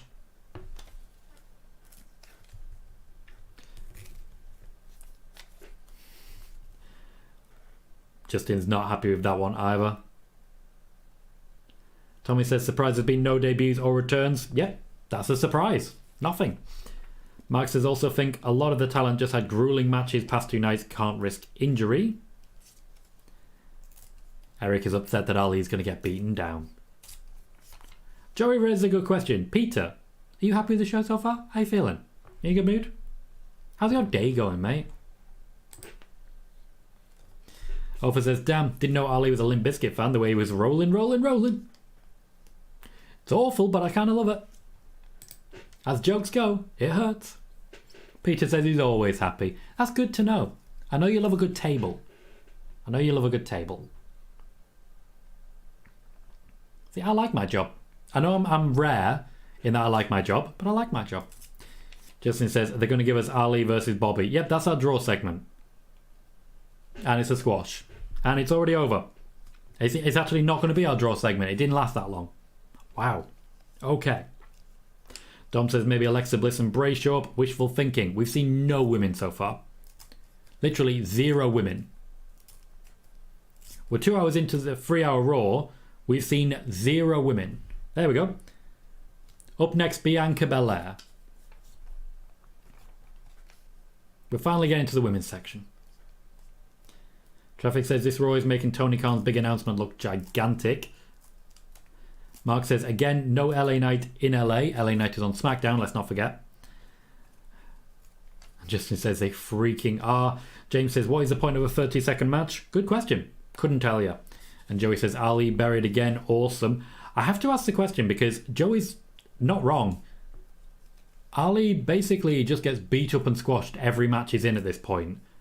I'm not going to argue a case there. I agree that that's being buried. That's the definition of being buried. Late Talk says, how many rewrites were there? Well, apparently, the Bobby Lashley Ali part, that was something that Fightful had already reported.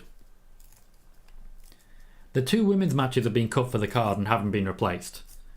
With this in mind, whatever Bianca Belair says next, I can only imagine the change was for her. James says, if he got paid for 30 seconds of that, I'd take the bag. He would have been paid anyway. Ghost says, the surprise is, there is no surprise. Worst case of blue balls ever. Alpha says, another promo coming up next. This episode of Raw has perfectly described my life. Absolutely 0 women. Wow. I mean, I think, wow. No, There's nothing I can say. Wow. Hector says, what was the point of that? I don't know.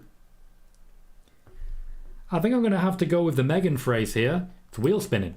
It's just wheel spinning. Justin says, it's Raw after Mania. Why do I get 2 squashes and the standard tag? Yeah, we haven't even got much of the bloodline so far. The Usos were sent away and that was that. Peter says, was there supposed to be more ladies tonight then? Did I miss a memo? The original reports of the Raw lineup suggested that there were going to be 2 triple threat women's matches as part of a tournament to determine the next challenger for Bianca Belair. Asuka was not booked. Justin says, yippee, more commercial. See, I don't like it when they go commercial free for the first hour because they still have the exact same amount of commercials. They just squeeze them all into the last 2 hours. Joey says, looks like your report from today that Vince can make changes is already happening. Vince did make changes at WrestleMania. The main event wasn't one of them, but Vince did make some small changes. So it's not an impossibility. It's not an impossibility. I'll have to do some digging and find out exactly, but it's not an impossibility. Sean says, I think Omos versus Elias was one of the replacements for a women's match. Yes, that was not in the original lineup. And it was a squash, so I doubt it was a squash triple threat. Go says, how could Ali be buried when he hasn't been given a good storyline to begin with? The last compelling thing that happened with him was the US title situation where he was just tossed around by Steph and Bobby for weeks. True. He's never had a decent character to work with. He's never been given a run of anything. The last good run that Ali had was when he was challenging Daniel Bryan for the WWE Championship. That was a good time. You remember that? That was a good time. Hector says, I don't care that the segment with Bobby and Ali, but I don't think Bobby looks any more of a badass for beating up a perpetual loser. Now that is a strong phrase and a completely accurate one. Ophir says, you guys remember when real moments would occur on the Raw after Mania? Like Dolph Ziggler cashing in, the return of Batista, Ezekiel. Oh, Ezekiel. Well, that's the biggest moment in recent history, I tell you.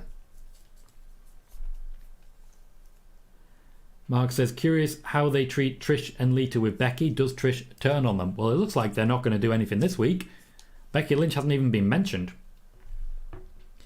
Bailey says, bottom of the Raw, men's division, 1 Marseille, 2 Elias, 3 Ali. Maybe a new retribution is needed after all. Peter says, Betty wishes he didn't book his son to fight Miz. Oh, Shane, right. Shane. Keem says, Triple H acknowledging the tribal chief in the beginning of the show was a big surprise. Oh, speaking of, here's Roman. Eric says, at this point, send Ali to AEW. I don't think that's how it works. AEW is not a WWE subsidiary. Late Talk says, do you think backstage is in chaos right now? No, but I did mention earlier there were a lot of people very uneasy about the current situation. Mr. Stumble says, why didn't Ezekiel show up to help Elias' brother, his brother against Omos? What a terrible brother needs to learn from Usos and Owens and Sammy. Well, I can confirm, unfortunately, at the time Ezekiel was on the toilet. It's awkward for everyone involved. Eric says, remember when Ali was supposed to win Money in the Bank? Yeah, that was a thing. Sean says, Bianca is 3-1 at WrestleMania. She lost at Mania 34. I believe she's part of the Battle Royal for that one. Don believes they're going to boo Bianca tonight. We're about to find out. And Peter says, can Vince and Shane be called the quad couple now?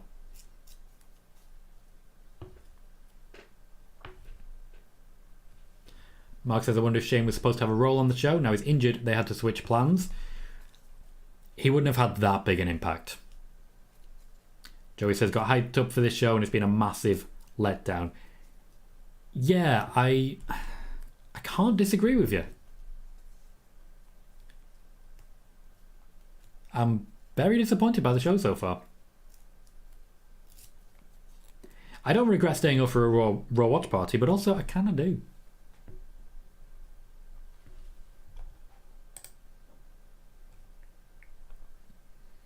So Roman's going to smash Cody and Brock. And then he wants Solo to get the pin. I believe Solo is up for that.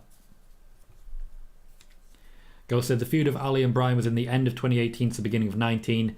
A little over 4 years of nothing to do does not equal buried. It just equals being consistently irrelevant. See, the strict definition of being buried is that your value was intentionally diminished.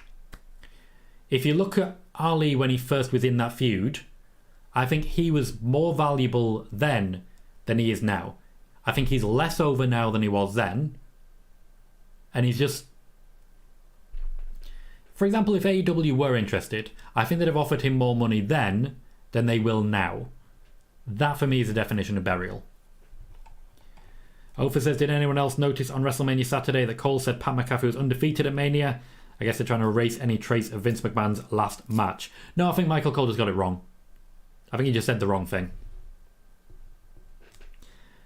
Ofer says, Triple H, Kevin Nash and the McMahons could be the Quad Squad. The Quad Squad. The Quad Squad, J-O-B. Pin me, pay me. Justin says, we saw the show. Stop telling me about it. Yeah, it's a WrestleMania recap show. The actual Raw show is irrelevant. Mr. Stumble says, why are you disappointed? We got to see Ex-Con Dom put Bad Bunny in his place. Now that I liked. That I liked.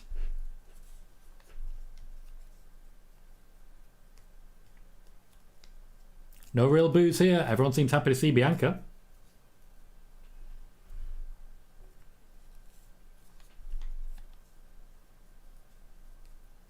Mixed response when she celebrates being champion. There's more cheers. Mark says the fans are paid for tickets are the real losers. To be fair, I'd imagine most of them are package deals.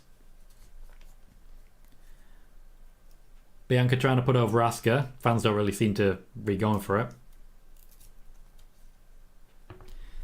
Joey says, I agree. Imagine paying all that money expecting surprises and a big show to get this. Peter says, don't think Cole could say anything after Pat appeared. Mark says, McAfee versus Vince was unsanctioned. Doesn't count. Fair.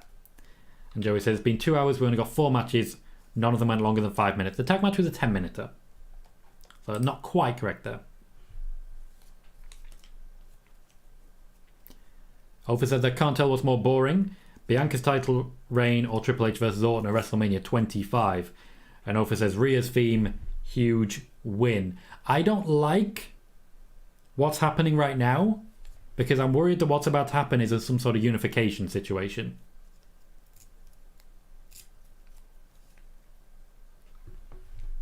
We finally have enough women that we don't need to do that, but I'm concerned.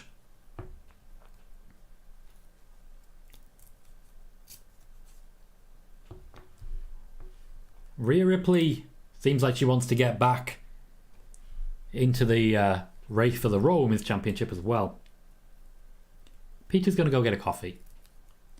It is 3 in the morning. I could do with that myself.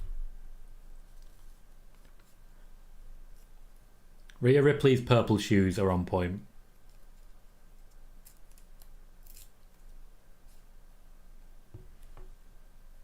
Consistent from Rhea. She went for Charlotte first. Horsey says, back, what have I missed? Nothing. Not a thing. Joey says, make me want to. I can hardly keep my eyes open. And Jonathan said this might be a unification. That's certainly the initial vibe. But in reality, I'm now thinking this is our main event for night 1 of WrestleMania 40.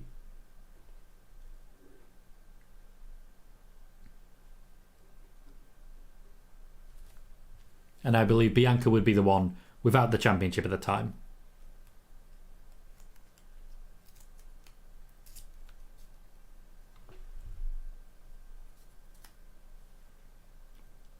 Bianca trying to accuse Rhea of being scared.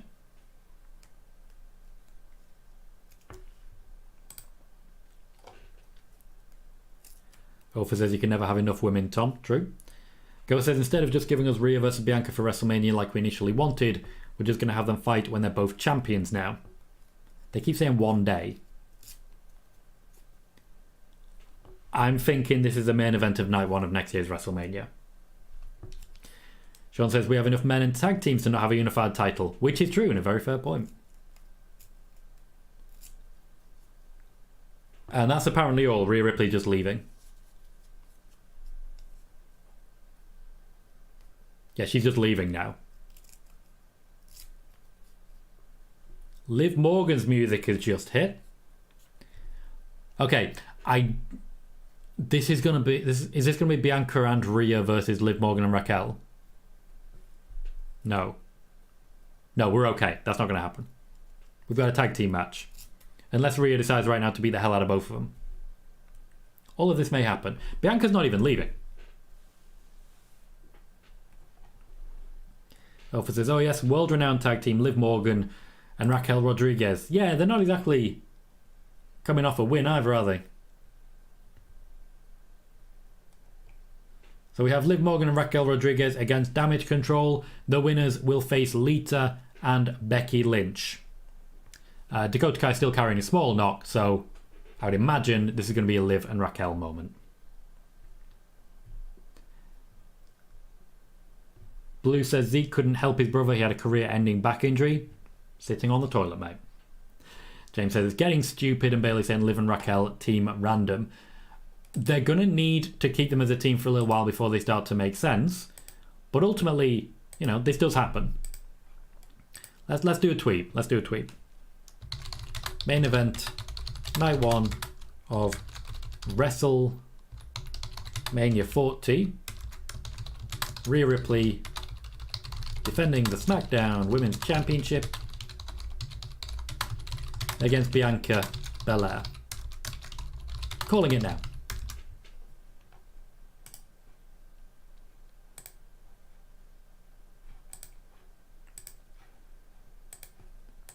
So we're into the last 50 minutes of Raw. There's a women's tag match, and it looks like there's going to be a men's tag match after. There's been 2 squashes, a lot of tag team wrestling. Alpha says, after months, I finally figured out Raquel's back thing. Okay. Go says, nothing with Ronda and Shayna for now. Not complaining, but did Shayna pick up an ankle injury at WrestleMania? Yes, she did. Her ankle is hurt. It was hurt in a catch of someone flying from the top rope. And she had to take off her boot in order to get the mobility she required to finish the match. She's pretty swollen right now, but it isn't considered to be anything particularly long-term serious. So not too big a risk. Eric says, I think we found Rhea's first challenger in Raquel. Mark says, they didn't lose though. Liv and Raquel are fine. They need to solidify them as a team. Now, I agree. We're not going to get a new women's tag team division without a few new women's tag teams. The more they stay together, the closer they get to the point where we can call them a tag team. Mark says, slow build to next year's Mania and have put it out there. Nothing wrong with that. That I agree with. Hogan says Rhea versus Bianca for the undisputed title at something like SummerSlam sounds good to me. I definitely think Rhea will be defending against Bianca. Bianca will not have a championship, and it will be night 1 of Mania. Joey thinks this might be the worst Raw after Mania ever. Now, I've not seen all of them, but that's not exactly high praise. Stuart says, I'd agree with that main event, though, as long as it isn't Bianca winning. Dom says, who will be the champ in that match? My suggestion is Rhea Ripley. Once again, this is not me reporting news. Just want to be clear on that one, so asking questions about it like it's a fact is not going to work out. James says, Solo versus Brock versus Gunter, night 1 Intercontinental Championship. Let's do that now. Mark says, I think WrestleMania 42 will be Rhea versus Raquel and Seth versus Roman Reigns. You don't think Cody's got a shot then? No Cody at all. Clearly somebody doesn't believe. And I can't blame you. Can't blame you at all. Because this is going nowhere fast.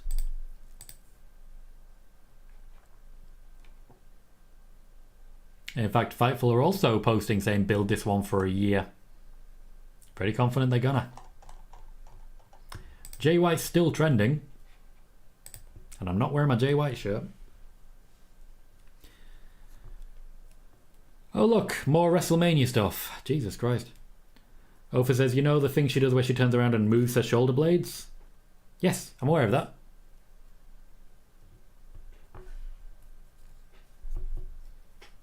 Nice boos for Dominic there. Some nice boos for Dominic. Megan says, going to wish you all a good night and a great rest of the week. My sinuses have won. My eyes are shut, so I'm going to try and sleep. I hope you feel better soon, Megan. I hope you feel better soon, and I hope you have a good night. Well done on lasting as long as you have. Just 45 minutes left. You managed 3/4. Well done you. I'll see you in a bit.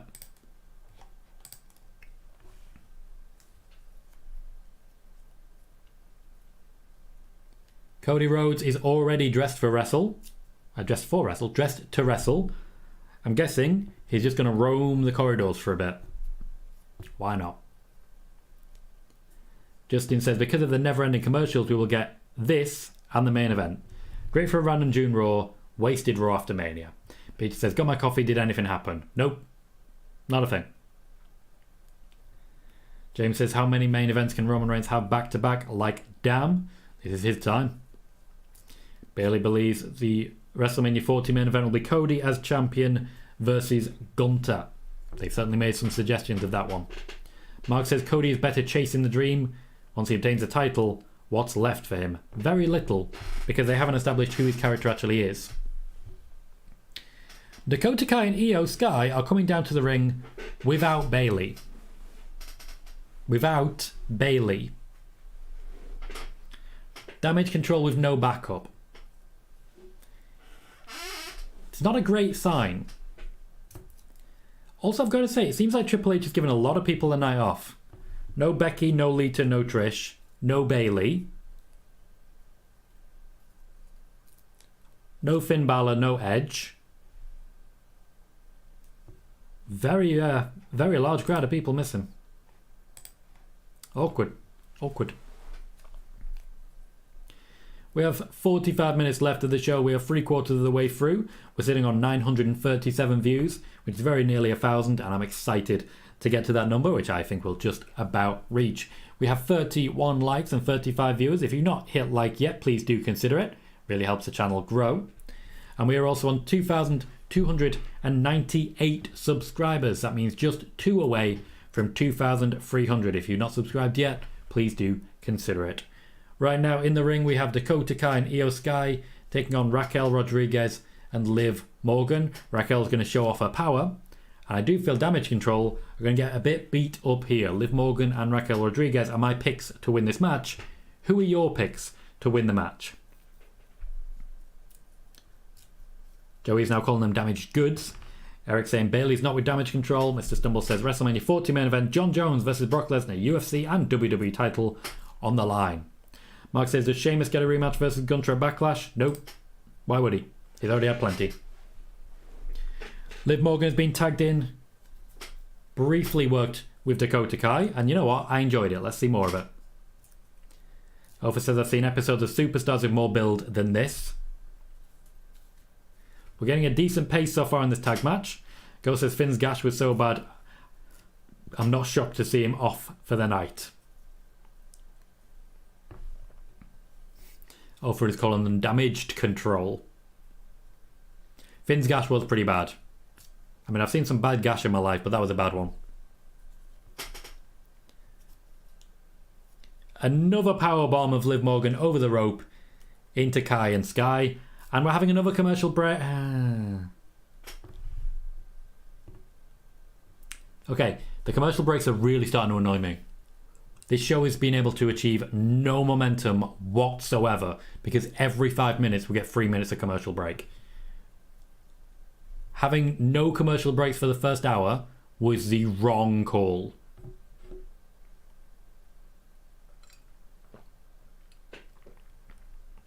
I mean, I'll take it, Sean. I'll take it. Timothy says, this has been very lackluster. Joey says, after tonight, I think Jay White should reconsider going to WWE. It depends whether or not he's signed a deal. If he has, it's over. Late Talk says, wonder if they'll mention any more these superstars win titles in NXT or NXT in general. Mark says, Dana White will never allow UFC title to be fought for WWE. It would completely ruin all integrity of UFC. Vince McMahon will outrank Dana White as regards all matters UFC. That is a fact. Mark says, I'm calling it now. Most probably going to be wrong, but Lesnar and Cody win. Everyone leaves the ring. The lights go dark and Jay White's music hits. I find it more likely that the music that hits is Bray Wyatt's. James is annoyed at no selling from Liv Morgan. And Eric says, when did Raquel become legal? It depends what state she's in and how old she is. Go says, I wonder why there is no acknowledgement of Bushwhacker Butchie's passing at the start of the show. Not sure on that one. Not sure. They may simply have not had enough time to put anything together with the rewrites or be missing certain graphics. It may be that we'll see something a little later in the show, or it'll be at the start of SmackDown. I'm sure they'll work something out. They tend to remember on moments like this. And Justin does not care who wins. So a lot of people are not fans of Liv Morgan anymore.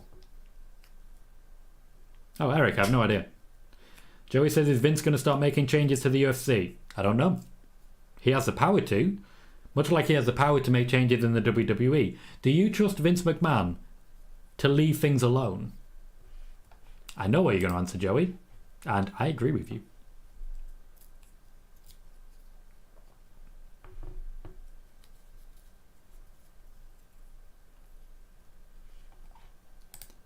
We are still on commercial break. In many ways, I've seen the same commercials 5 or 6 times now, and I'm done with them. Late Talk says, didn't Ronda and Shayna win last night to qualify for a tag team title match? No, they won the match. There was no mention of a tag team championship match as a result. Also, yes, Shayna has picked up a small ankle injury. Joey wouldn't trust Vince to walk his dog. And Late Talk says, how is this current match logical? Well, as I say, there was no talk of any match being involved.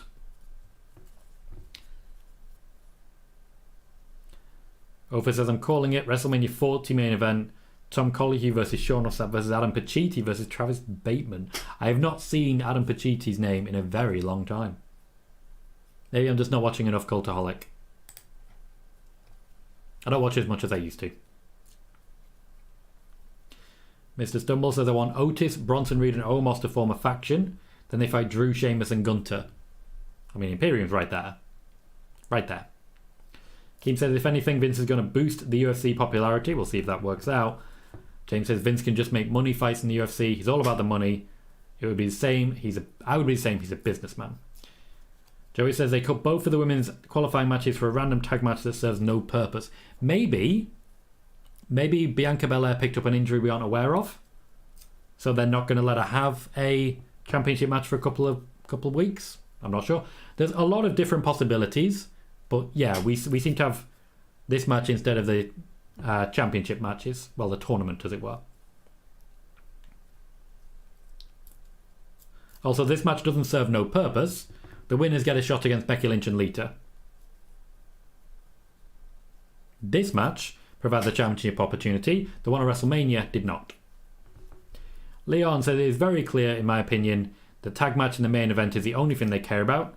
They've showed graphics and have been mentioning it every single time they've come back from commercial. You're not wrong. The rest of the show's been there. Timothy is snoring. Mark says, Vince, in charge of creative is bad for business. Triple H and crew are progressing the product. Vince back, it will get stale. Stuart says, tonight is reminding me why I don't generally watch Raw live. Usually fast forward all the adverts. I like watching it on a Tuesday morning as well. Late Talk is hearing boos from the crowd.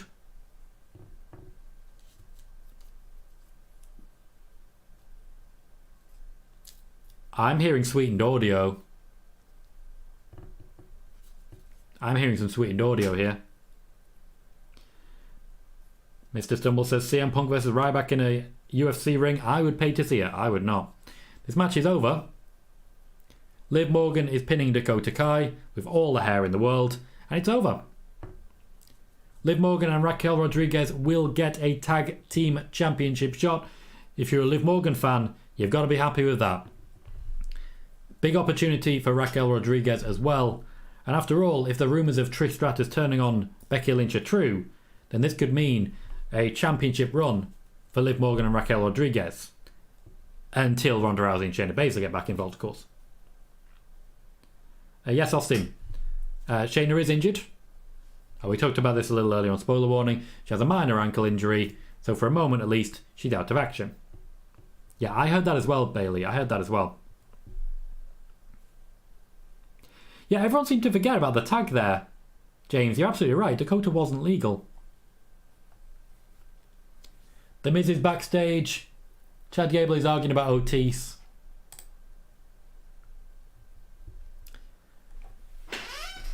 The Miz is heading down to the ring. I mean, when Boogs returned. I mean, when Shane McMahon returned. I mean, when Pat McAfee returned. I mean, when Logan Paul returned. Shall we, for example, suggest that if there's going to be a big return, now's the time. If there's going to be a big debut, now's the time. If anyone, it was always going to be The Miz, surely. Ophir says, I remember being at Clash at the Castle and the only noise during Liv and Shayna in the guy in front of me chanting Shayna's balls while people are throwing around a beach ball. That's how over Liv Morgan is. Liv Morgan is over. I want to be clear on that. Liv Morgan is over. It's just that people really weren't into that championship run.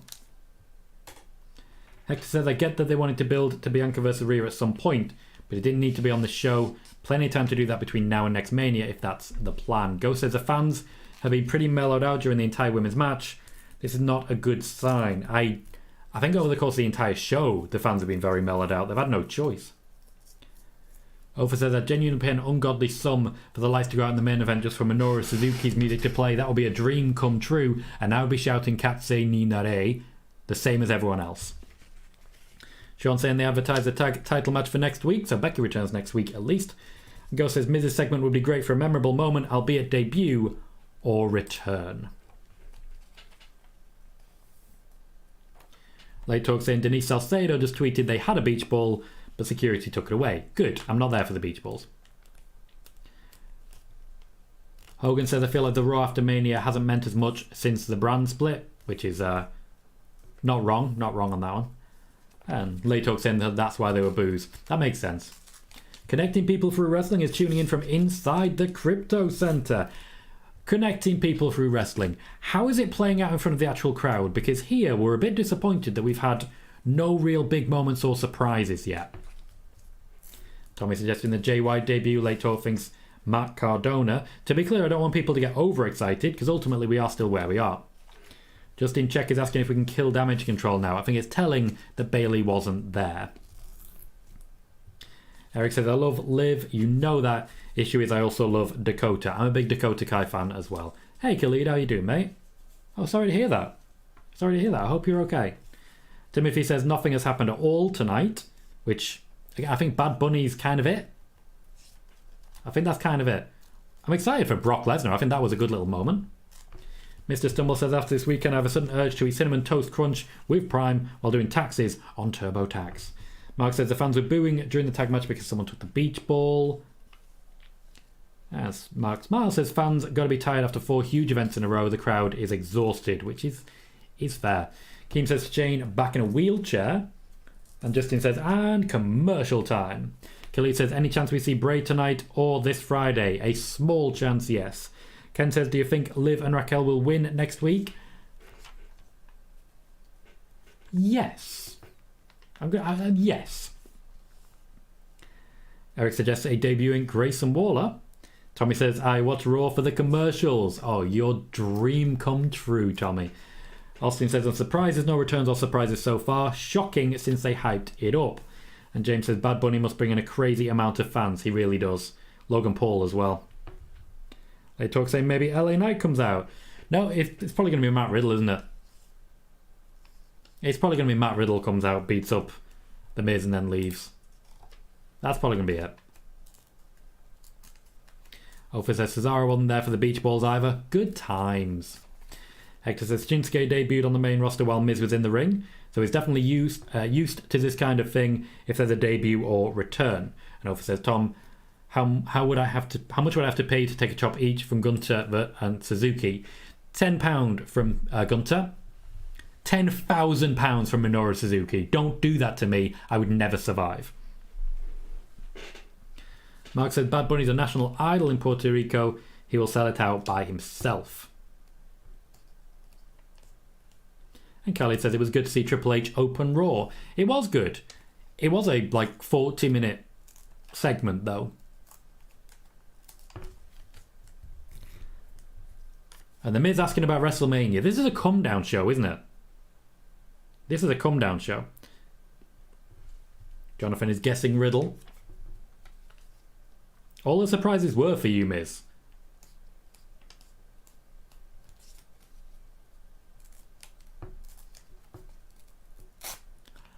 Because of the involvement of Snoop Dogg, he's saying there's 3 matches.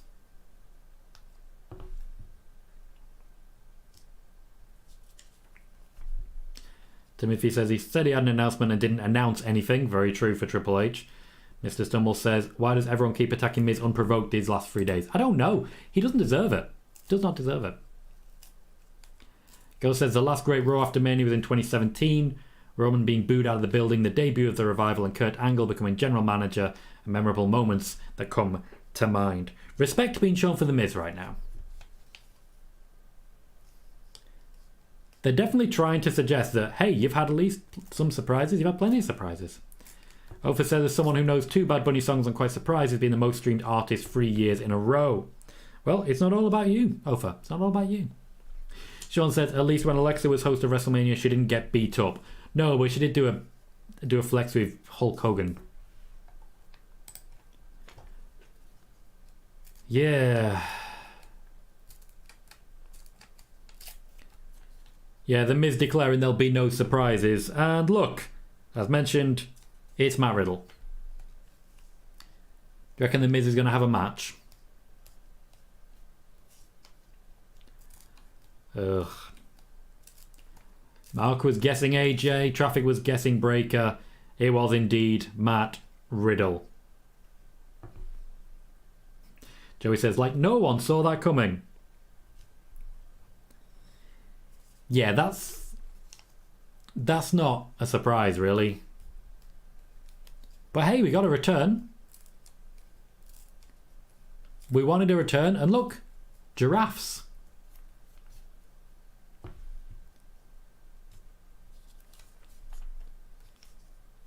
I swear someone in here randomly said giraffes, and we made a big deal of it a while back. Joey says, can't get excited, so drained out of this show.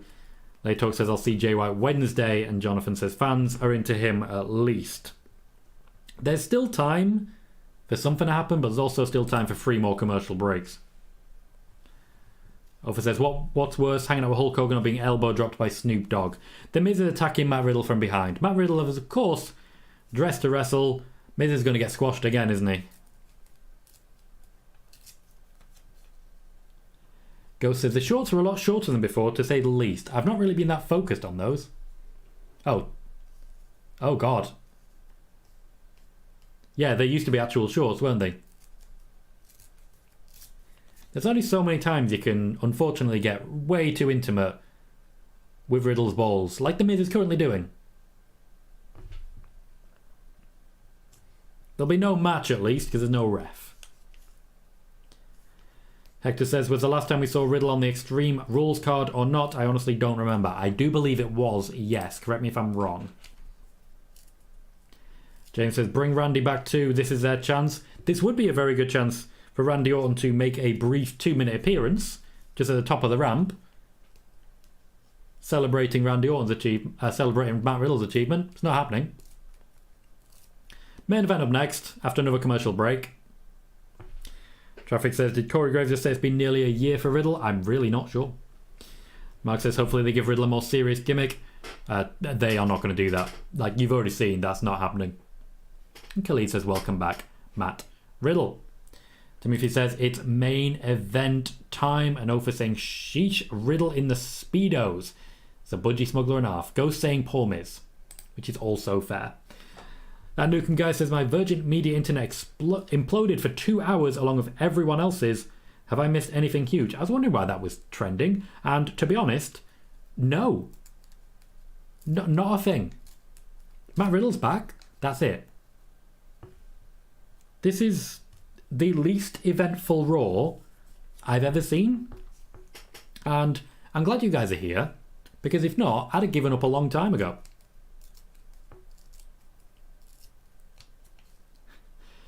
Late Talk says, Shayna just tweeted who won the number 2 contenders match. Accurate. Justin says, just like that, main event. James says, they should have kept Riddle as a stoner. They very much have. No, Joey, I'll not make a video on all the changes made tonight because I've got to be honest. I don't know if I'll be able to get all that information. Depends what changes were made. I have the sources I have, unfortunately.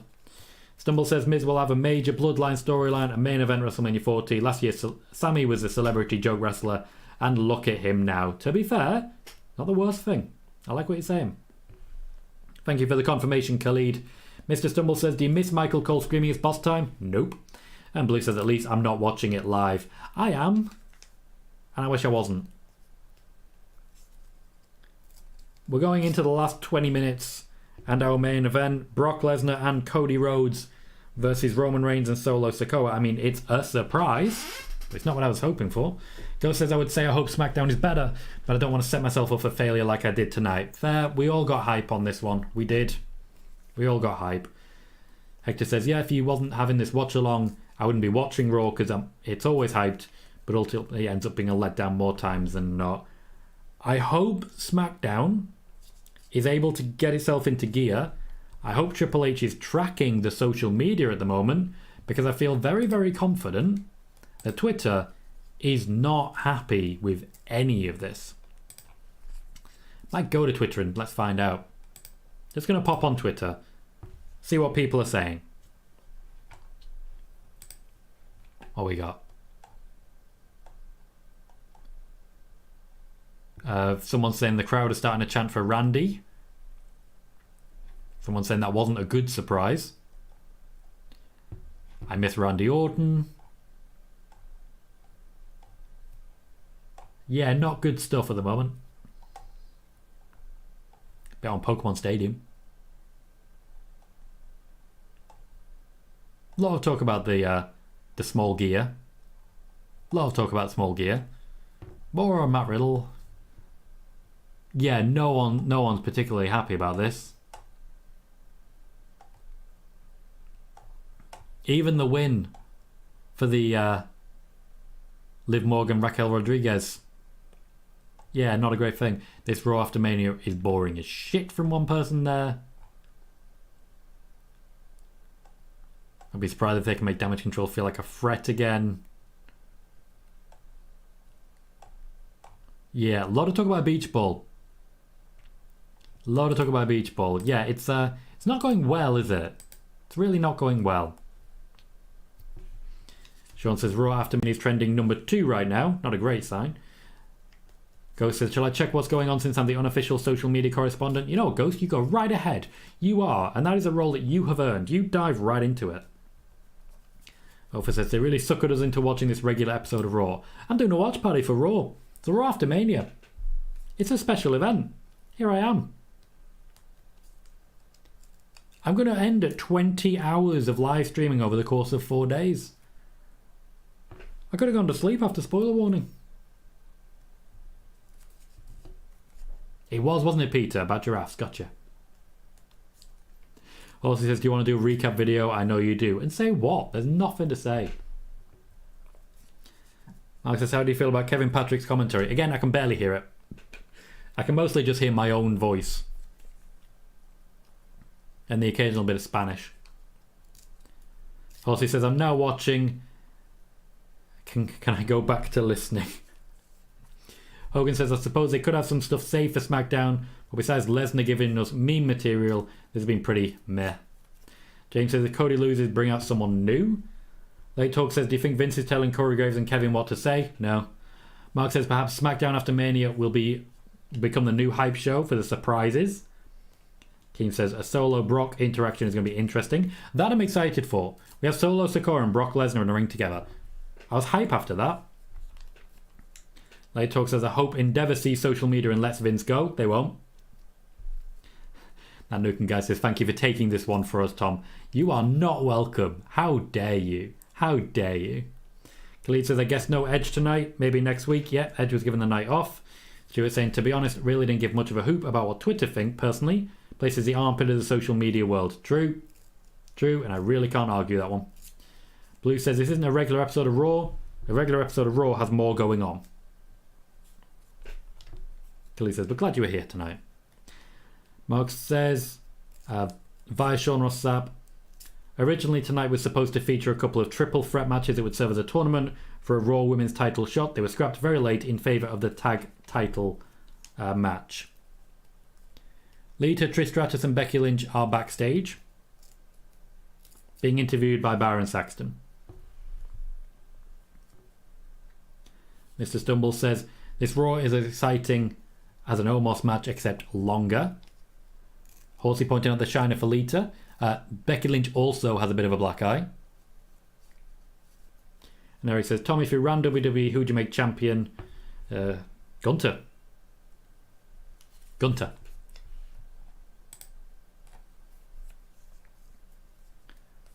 Offer says, very fitting that WWE has been bought by Endeavour, considering watching Raw is an endeavour.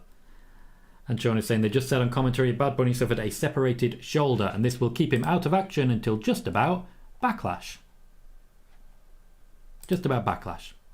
So they've kind of just built a little bit more for the Tag Team Championship match on next week's Raw.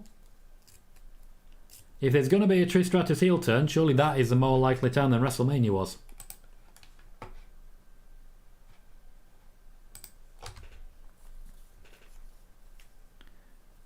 We also have... next week, Matt Riddle will take on The Miz in an actual match.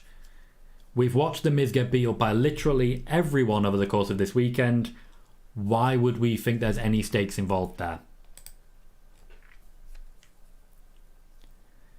And with 20 minutes left, Roman Reigns' music is finally hitting. There is going to be another commercial break, so I'd imagine we'll get the intros and then commercial break. We're not going to get a lot of wrestling here. The crowd just really not into it anymore. And unfortunately, this is a time right before the main event when I usually take the opportunity to say how well things are going. And on this show, at least, the watch-along, things are going really well. We've broken 1,000 views. We're on 1,061. Average view duration is nice. 34 likes, which is lovely. We peaked at a viewership of 57 so far. Very, very good number for a Raw watch-along where we don't do them week in, week out. And it's not like it's WrestleMania or anything, so it's still an absolutely lovely number. And we've gained 8 subscribers so far. 8 subscribers, taking us to 2,298, just 2 away from 2,300. So if you've not subscribed yet, please consider it. At the same time, this Raw, not the strongest I've ever seen, but you know what? Thankfully, I have you guys. And as long as I have you guys, I'm having fun. Also says, Becky Lynch, Lita, etc. bought in for a 30-second interview. That's quicker than Brock. And James says, it's going to be like a 10-minute match for the main event. Horsey says, Brock is main event. What has he done for 3 hours? As I recall, he likes to read fishing magazines. Eric says, will Roman come out before 50? I say no. He's nearly at the ring. He's nearly there. And Horsey says, I think Brock turns on Cody and that's how we end. I mentioned that as a possibility earlier and I'm kind of there for it. Dom just says, this was bad. And Joey says, Corey Graves said, medical facility on commentary. Yeah, Vince is telling them what to say again. Again, I wouldn't go that far. It could have just been a mistake. That said, it is a hint. James says, Heyman looks scared. Horsey saying a medal for Tom for this. If anyone hasn't hit like, please do. Tom 100% deserves it for watch along and of all watch alongs. Thank you very much, Horsey. I appreciate that. Mr. Stumble says, Solo Sikoa should grab the mic after he destroys Brock and Cody and say he's ready now. Stuart says, Roman is taped up. There is some tape on his back. Jonathan says, where was Bailey? I wonder. Something fishy going on with her. Peter says, 29 minutes now for Roman's entrance. We're running over. And Horsey says, I'm here for Brock versus Cody. Yes. Ophir says, the only thing that will make this worth it is if I hear the fucking common man boogie and Dusty Rhodes genuinely walks to the ring. I do apologise. I let a burp out there. It slipped out. I do apologise. Pardon me. Ugh. We have another commercial break. Used to be Raw is War. Nowadays just Raw is insufferable. Raw is poor? It's not good enough. James says they make it seem like Roman has a match every night. No, they protect him pretty heavily. We've lost audio, but we haven't lost the actual feed yet. I'm still seeing Roman walk. There we are. There we are. This will be our last commercial break, thankfully. And this has been a rough experience. Horsey says, any budget left for Cody for Pyro? I mean, they used a lot of money for the pianists for Logan Paul. Tommy says, Roy's ads, which you're not wrong. Why did they have it commercial free for the first hour? What was their possible reasoning for that? It gained them absolutely nothing. Absolutely nothing. Keem says, Bray coming for Brock. I mean, it's not an impossibility. I don't think that'd be good enough, but it'd be something. I just want something. Won't go that far, Timothy. Horsey says, on the back of night 2, this is not great. What part of this is a historic Raw? It's a good question. It started off with Triple H making his announcement about saying, we're still here. Yeah, if anything, we know you're still here. It was not a strong start. I know, mate, I know. Roy's ball. There you go, Stumble. Nailed it. This was supposed to be the first show under Endeavour. This was supposed to be the big one. This is supposed to be Triple H saying, we're going to go big or we're going to go home. Horsey says, as bad as a TK special announcement. Oh, sorry, that's Wednesday again. There was supposed to be a Triple H announcement, apparently. Nothing was announced. I can only assume whatever announcement was coming has been cancelled. Horsey just says, Roy's crap. Simple. Ofa says, Roy's, aww. Well, if it was cats wrestling, and they were just, you know, bouncing around each other, it'd be Roy's, aww. That could work. It wasn't, Keem. Triple H was not saying goodbye. That is not what that was.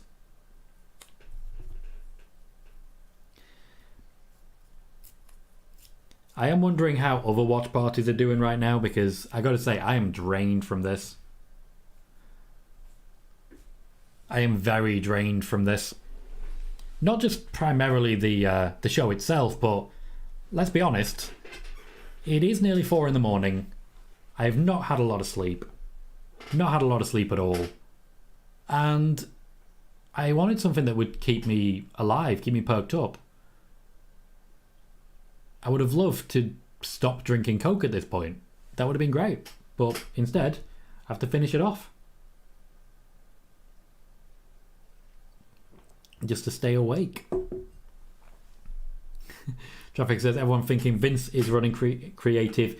In my opinion, I think it's Teddy Long, another tag team match. I mean, that's a fair play. Joey says, it's probably the last Raw I'm watching. It's pretty clear Vince is back running the shows. Now, once again, to my knowledge, Triple H wrote this script. But certainly it's not been very influential and not been very inspiring. Stumble says it was historic to see Ex-Condom destroy Bad Bunny, the most followed musician. That was fun. Peter wants to rate the adverts. Stuart just says, Roy's ugh. They just said it's the biggest tag team match in Monday Night Raw history. It's not. Ghost says, I have another watch party open. They're also not happy about tonight. Raw sucked. The main event cannot even save it. Thank you for that, Ghost. I appreciate it. I just wanted to grip. Joey, I'm telling you, Triple H wrote the script. I'm telling you that. I want to be very clear. I'm telling you that. Dom says, this Raw made me run out of catchphrases. This was horrible. James says, if Roman is the GOAT, how can he lose on anywhere but Mania? Tommy says, if Teddy Long's running Raw, he would have made someone wrestle one-on-one with The Undertaker. Well, there is no Undertaker to wrestle anymore.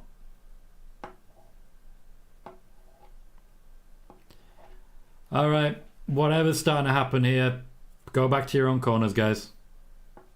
Horsey says, Cody is so over. He is, but not over enough to get the job done. I mean, he made his special belt. He made his special belt, gave it to someone so important, and then had it used against him.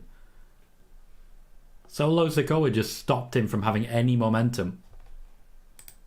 But hey, people still care. That's half the battle. That's half the battle, as long as people still care.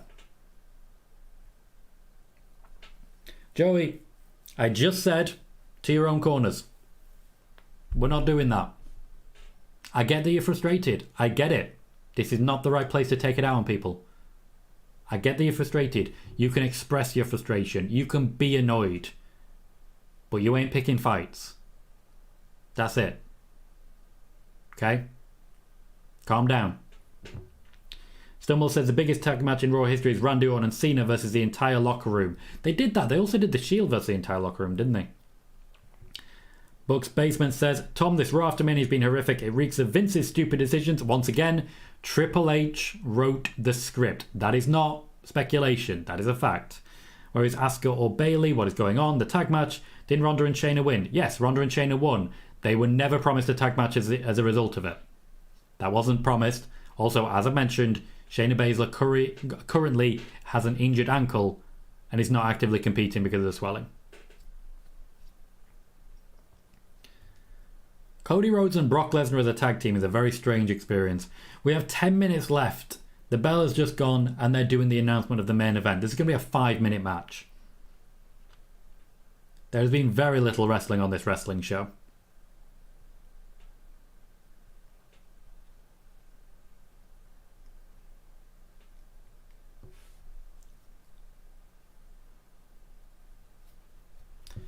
Buck says, how predictable is it that Brock turns on Cody? We'll find out, Buck's Basement, because if it doesn't happen, you're certainly not finding it predictable at all.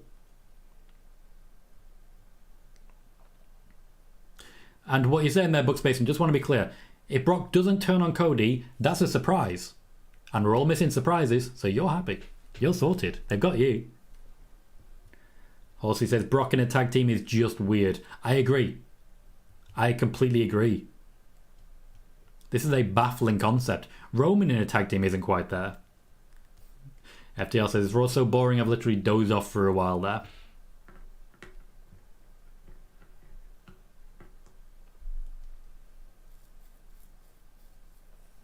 Cody gets star billing. Horsey says, trivia question, when did Brock last tag? So that was answered by someone earlier.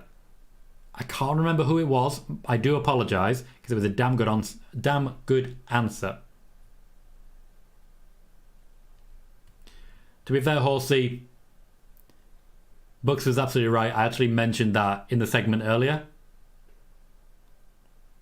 When Brock Lesnar was lifting Cody's hand, I actually mentioned that as well. I also saw this one because this is the story that Triple H is promising us. Triple H says it's going to continue. Triple H said it's going to continue, and this is what he meant. Tommy says, The Nightmare and the Beast, there's the name of the team. Mr. Stumble says, I miss Roman having a massive posse walk into the ring. Ken Paul says, what the hell? Tommy says, maybe a debut. No. Ghost says, I wonder if I could borrow Cody's wings. They were pretty sweet. Also, I think we did not rate the tag match. I think we've given up at this point, to be honest, Ghost. Sean says, would Brock ever challenge for a mid-card title? Well, he tried to challenge for the Intercontinental title, but Vince said no. Thank you, Officer says the answer was 2004 in New Japan. And also says, that was certainly expected. Yeah, it's... We still haven't seen Brock Lesnar in a tag match.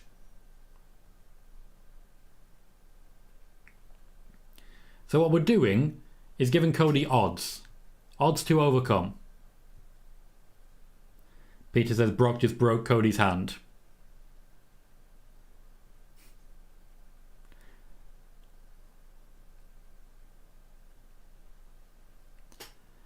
It's just a demolition at this point. Joey's saying this is lame, which is fair. Horsey says let Cody build for it and Brock is a perfect opponent. As I said, I don't expect Roman Reigns to be a backlash. Yeah, Horsey says Triple H mentioned storytelling at the presser for Cody. Yeah, Peter. And Late Talk says, yep, knew it. This was not a huge leap of faith. Brock Lesnar is turning heel so that Cody has someone to beat. Brock Lesnar, who apparently was seeing his contract expire after WrestleMania, and yet here he is. FDR says, that isn't surprising at all, but at least Cody's going to feud with Brock for a bit, so there's that. And Buck says, Tom, I'm assuming the Bianca and Rhea segment is foreshadowing Bianca being drafted to SmackDown and feuding with Rhea for the title. Yes, I believe it is. Keem says, Brock the new member of the Bloodline? No.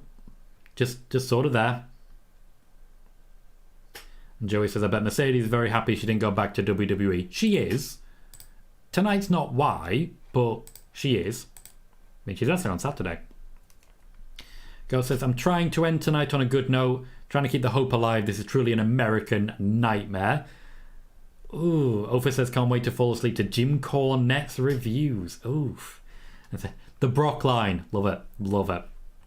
Sean says, would this be a heel turn for Brock? Yes. Yes, it is. 456 says, when Paul Heyman said somebody that was at WrestleMania last night for a tag team partner, maybe that's why Roman asked him.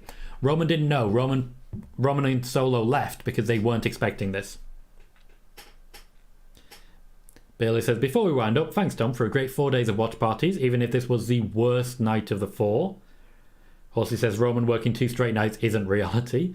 Late Talk says, Brock, Vince is on his side, Cody, Triple H is on his side at Backlash. Oof.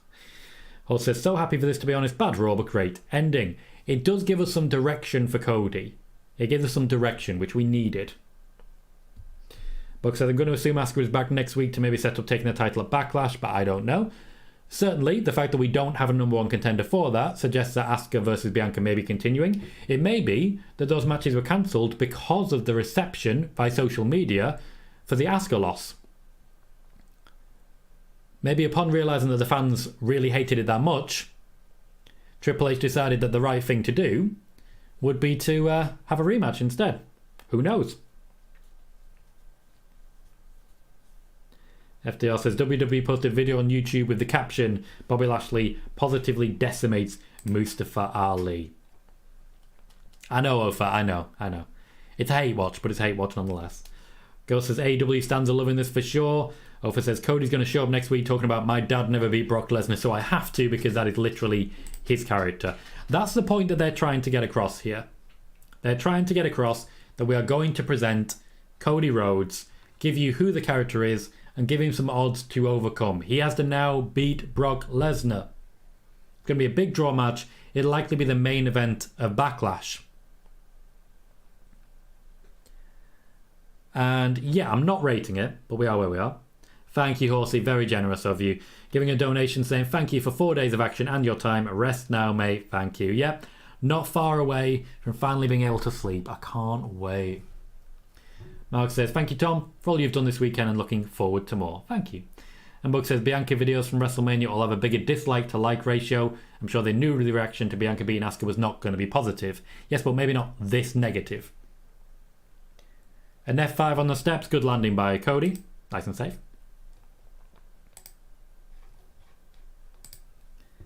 So, what we can say is that there was a Monday Night Raw this week.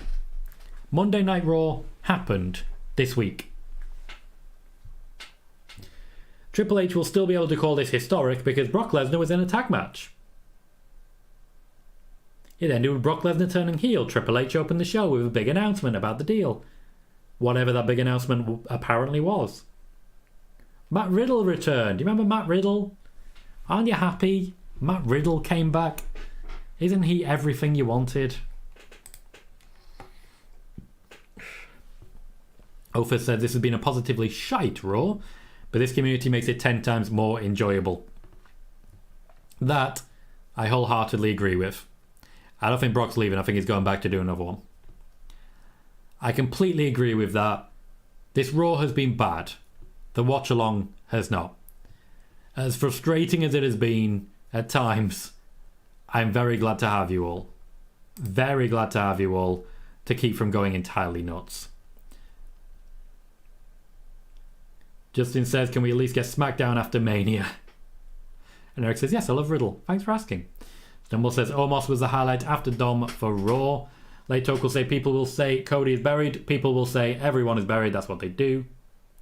Joey, once again, Triple H is still in charge of creative. You're real fixated now, and it's becoming a problem. Mark says it's been a huge troll job. Pretty much, yeah. I think the last few matches of Night 2 of WrestleMania really exposed a problem. Really showed that Triple H isn't infallible and that Triple H does get stuff wrong. This week's Raw's really reinforced that. Triple H has got this, the entire Cody thing here, massively wrong. Hopefully Brock can help him fix it, but Roman's just going to vanish now and we all know it. Why wouldn't he? He's got no storyline.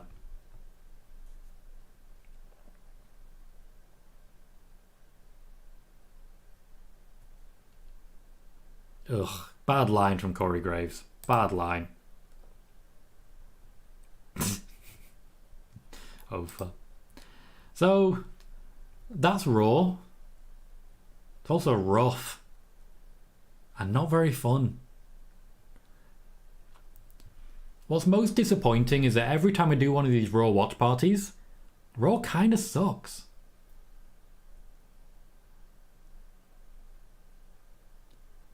He's gone back to Gorilla and Triple H has sent him back out again because they've still got a couple of minutes to burn.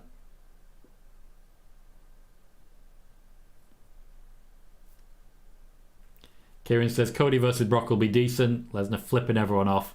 And James says Corey Graves needs another job. Mark says would have never imagined Brock versus Cody, but it may be a possibility. It's not a possibility. It's where we're going. It's what's happening. I now... Yes, Ofer, that was it. I now get to sleep until Friday's spoiler warning. The Q&A sessions were only on Wednesdays in the build to WrestleMania. They are not going to be full time. So I get to have a nice, refreshing break until WrestleMania. And my God, do I need it. But I do want to say a massive thank you to all of you. The growth we have seen, the fun we have had, has really made all of this worthwhile. So, Stuart says, good show on your end, mate. Shame about Raw itself. Sleep well. Thank you, Stuart. Thank you, all of you, for the company, for the laughs, for the entertainment, and most of all, thank you for being here with me through all of the pain. I've been Tom Colohue. You've been fantastic, and I'll see you all very soon.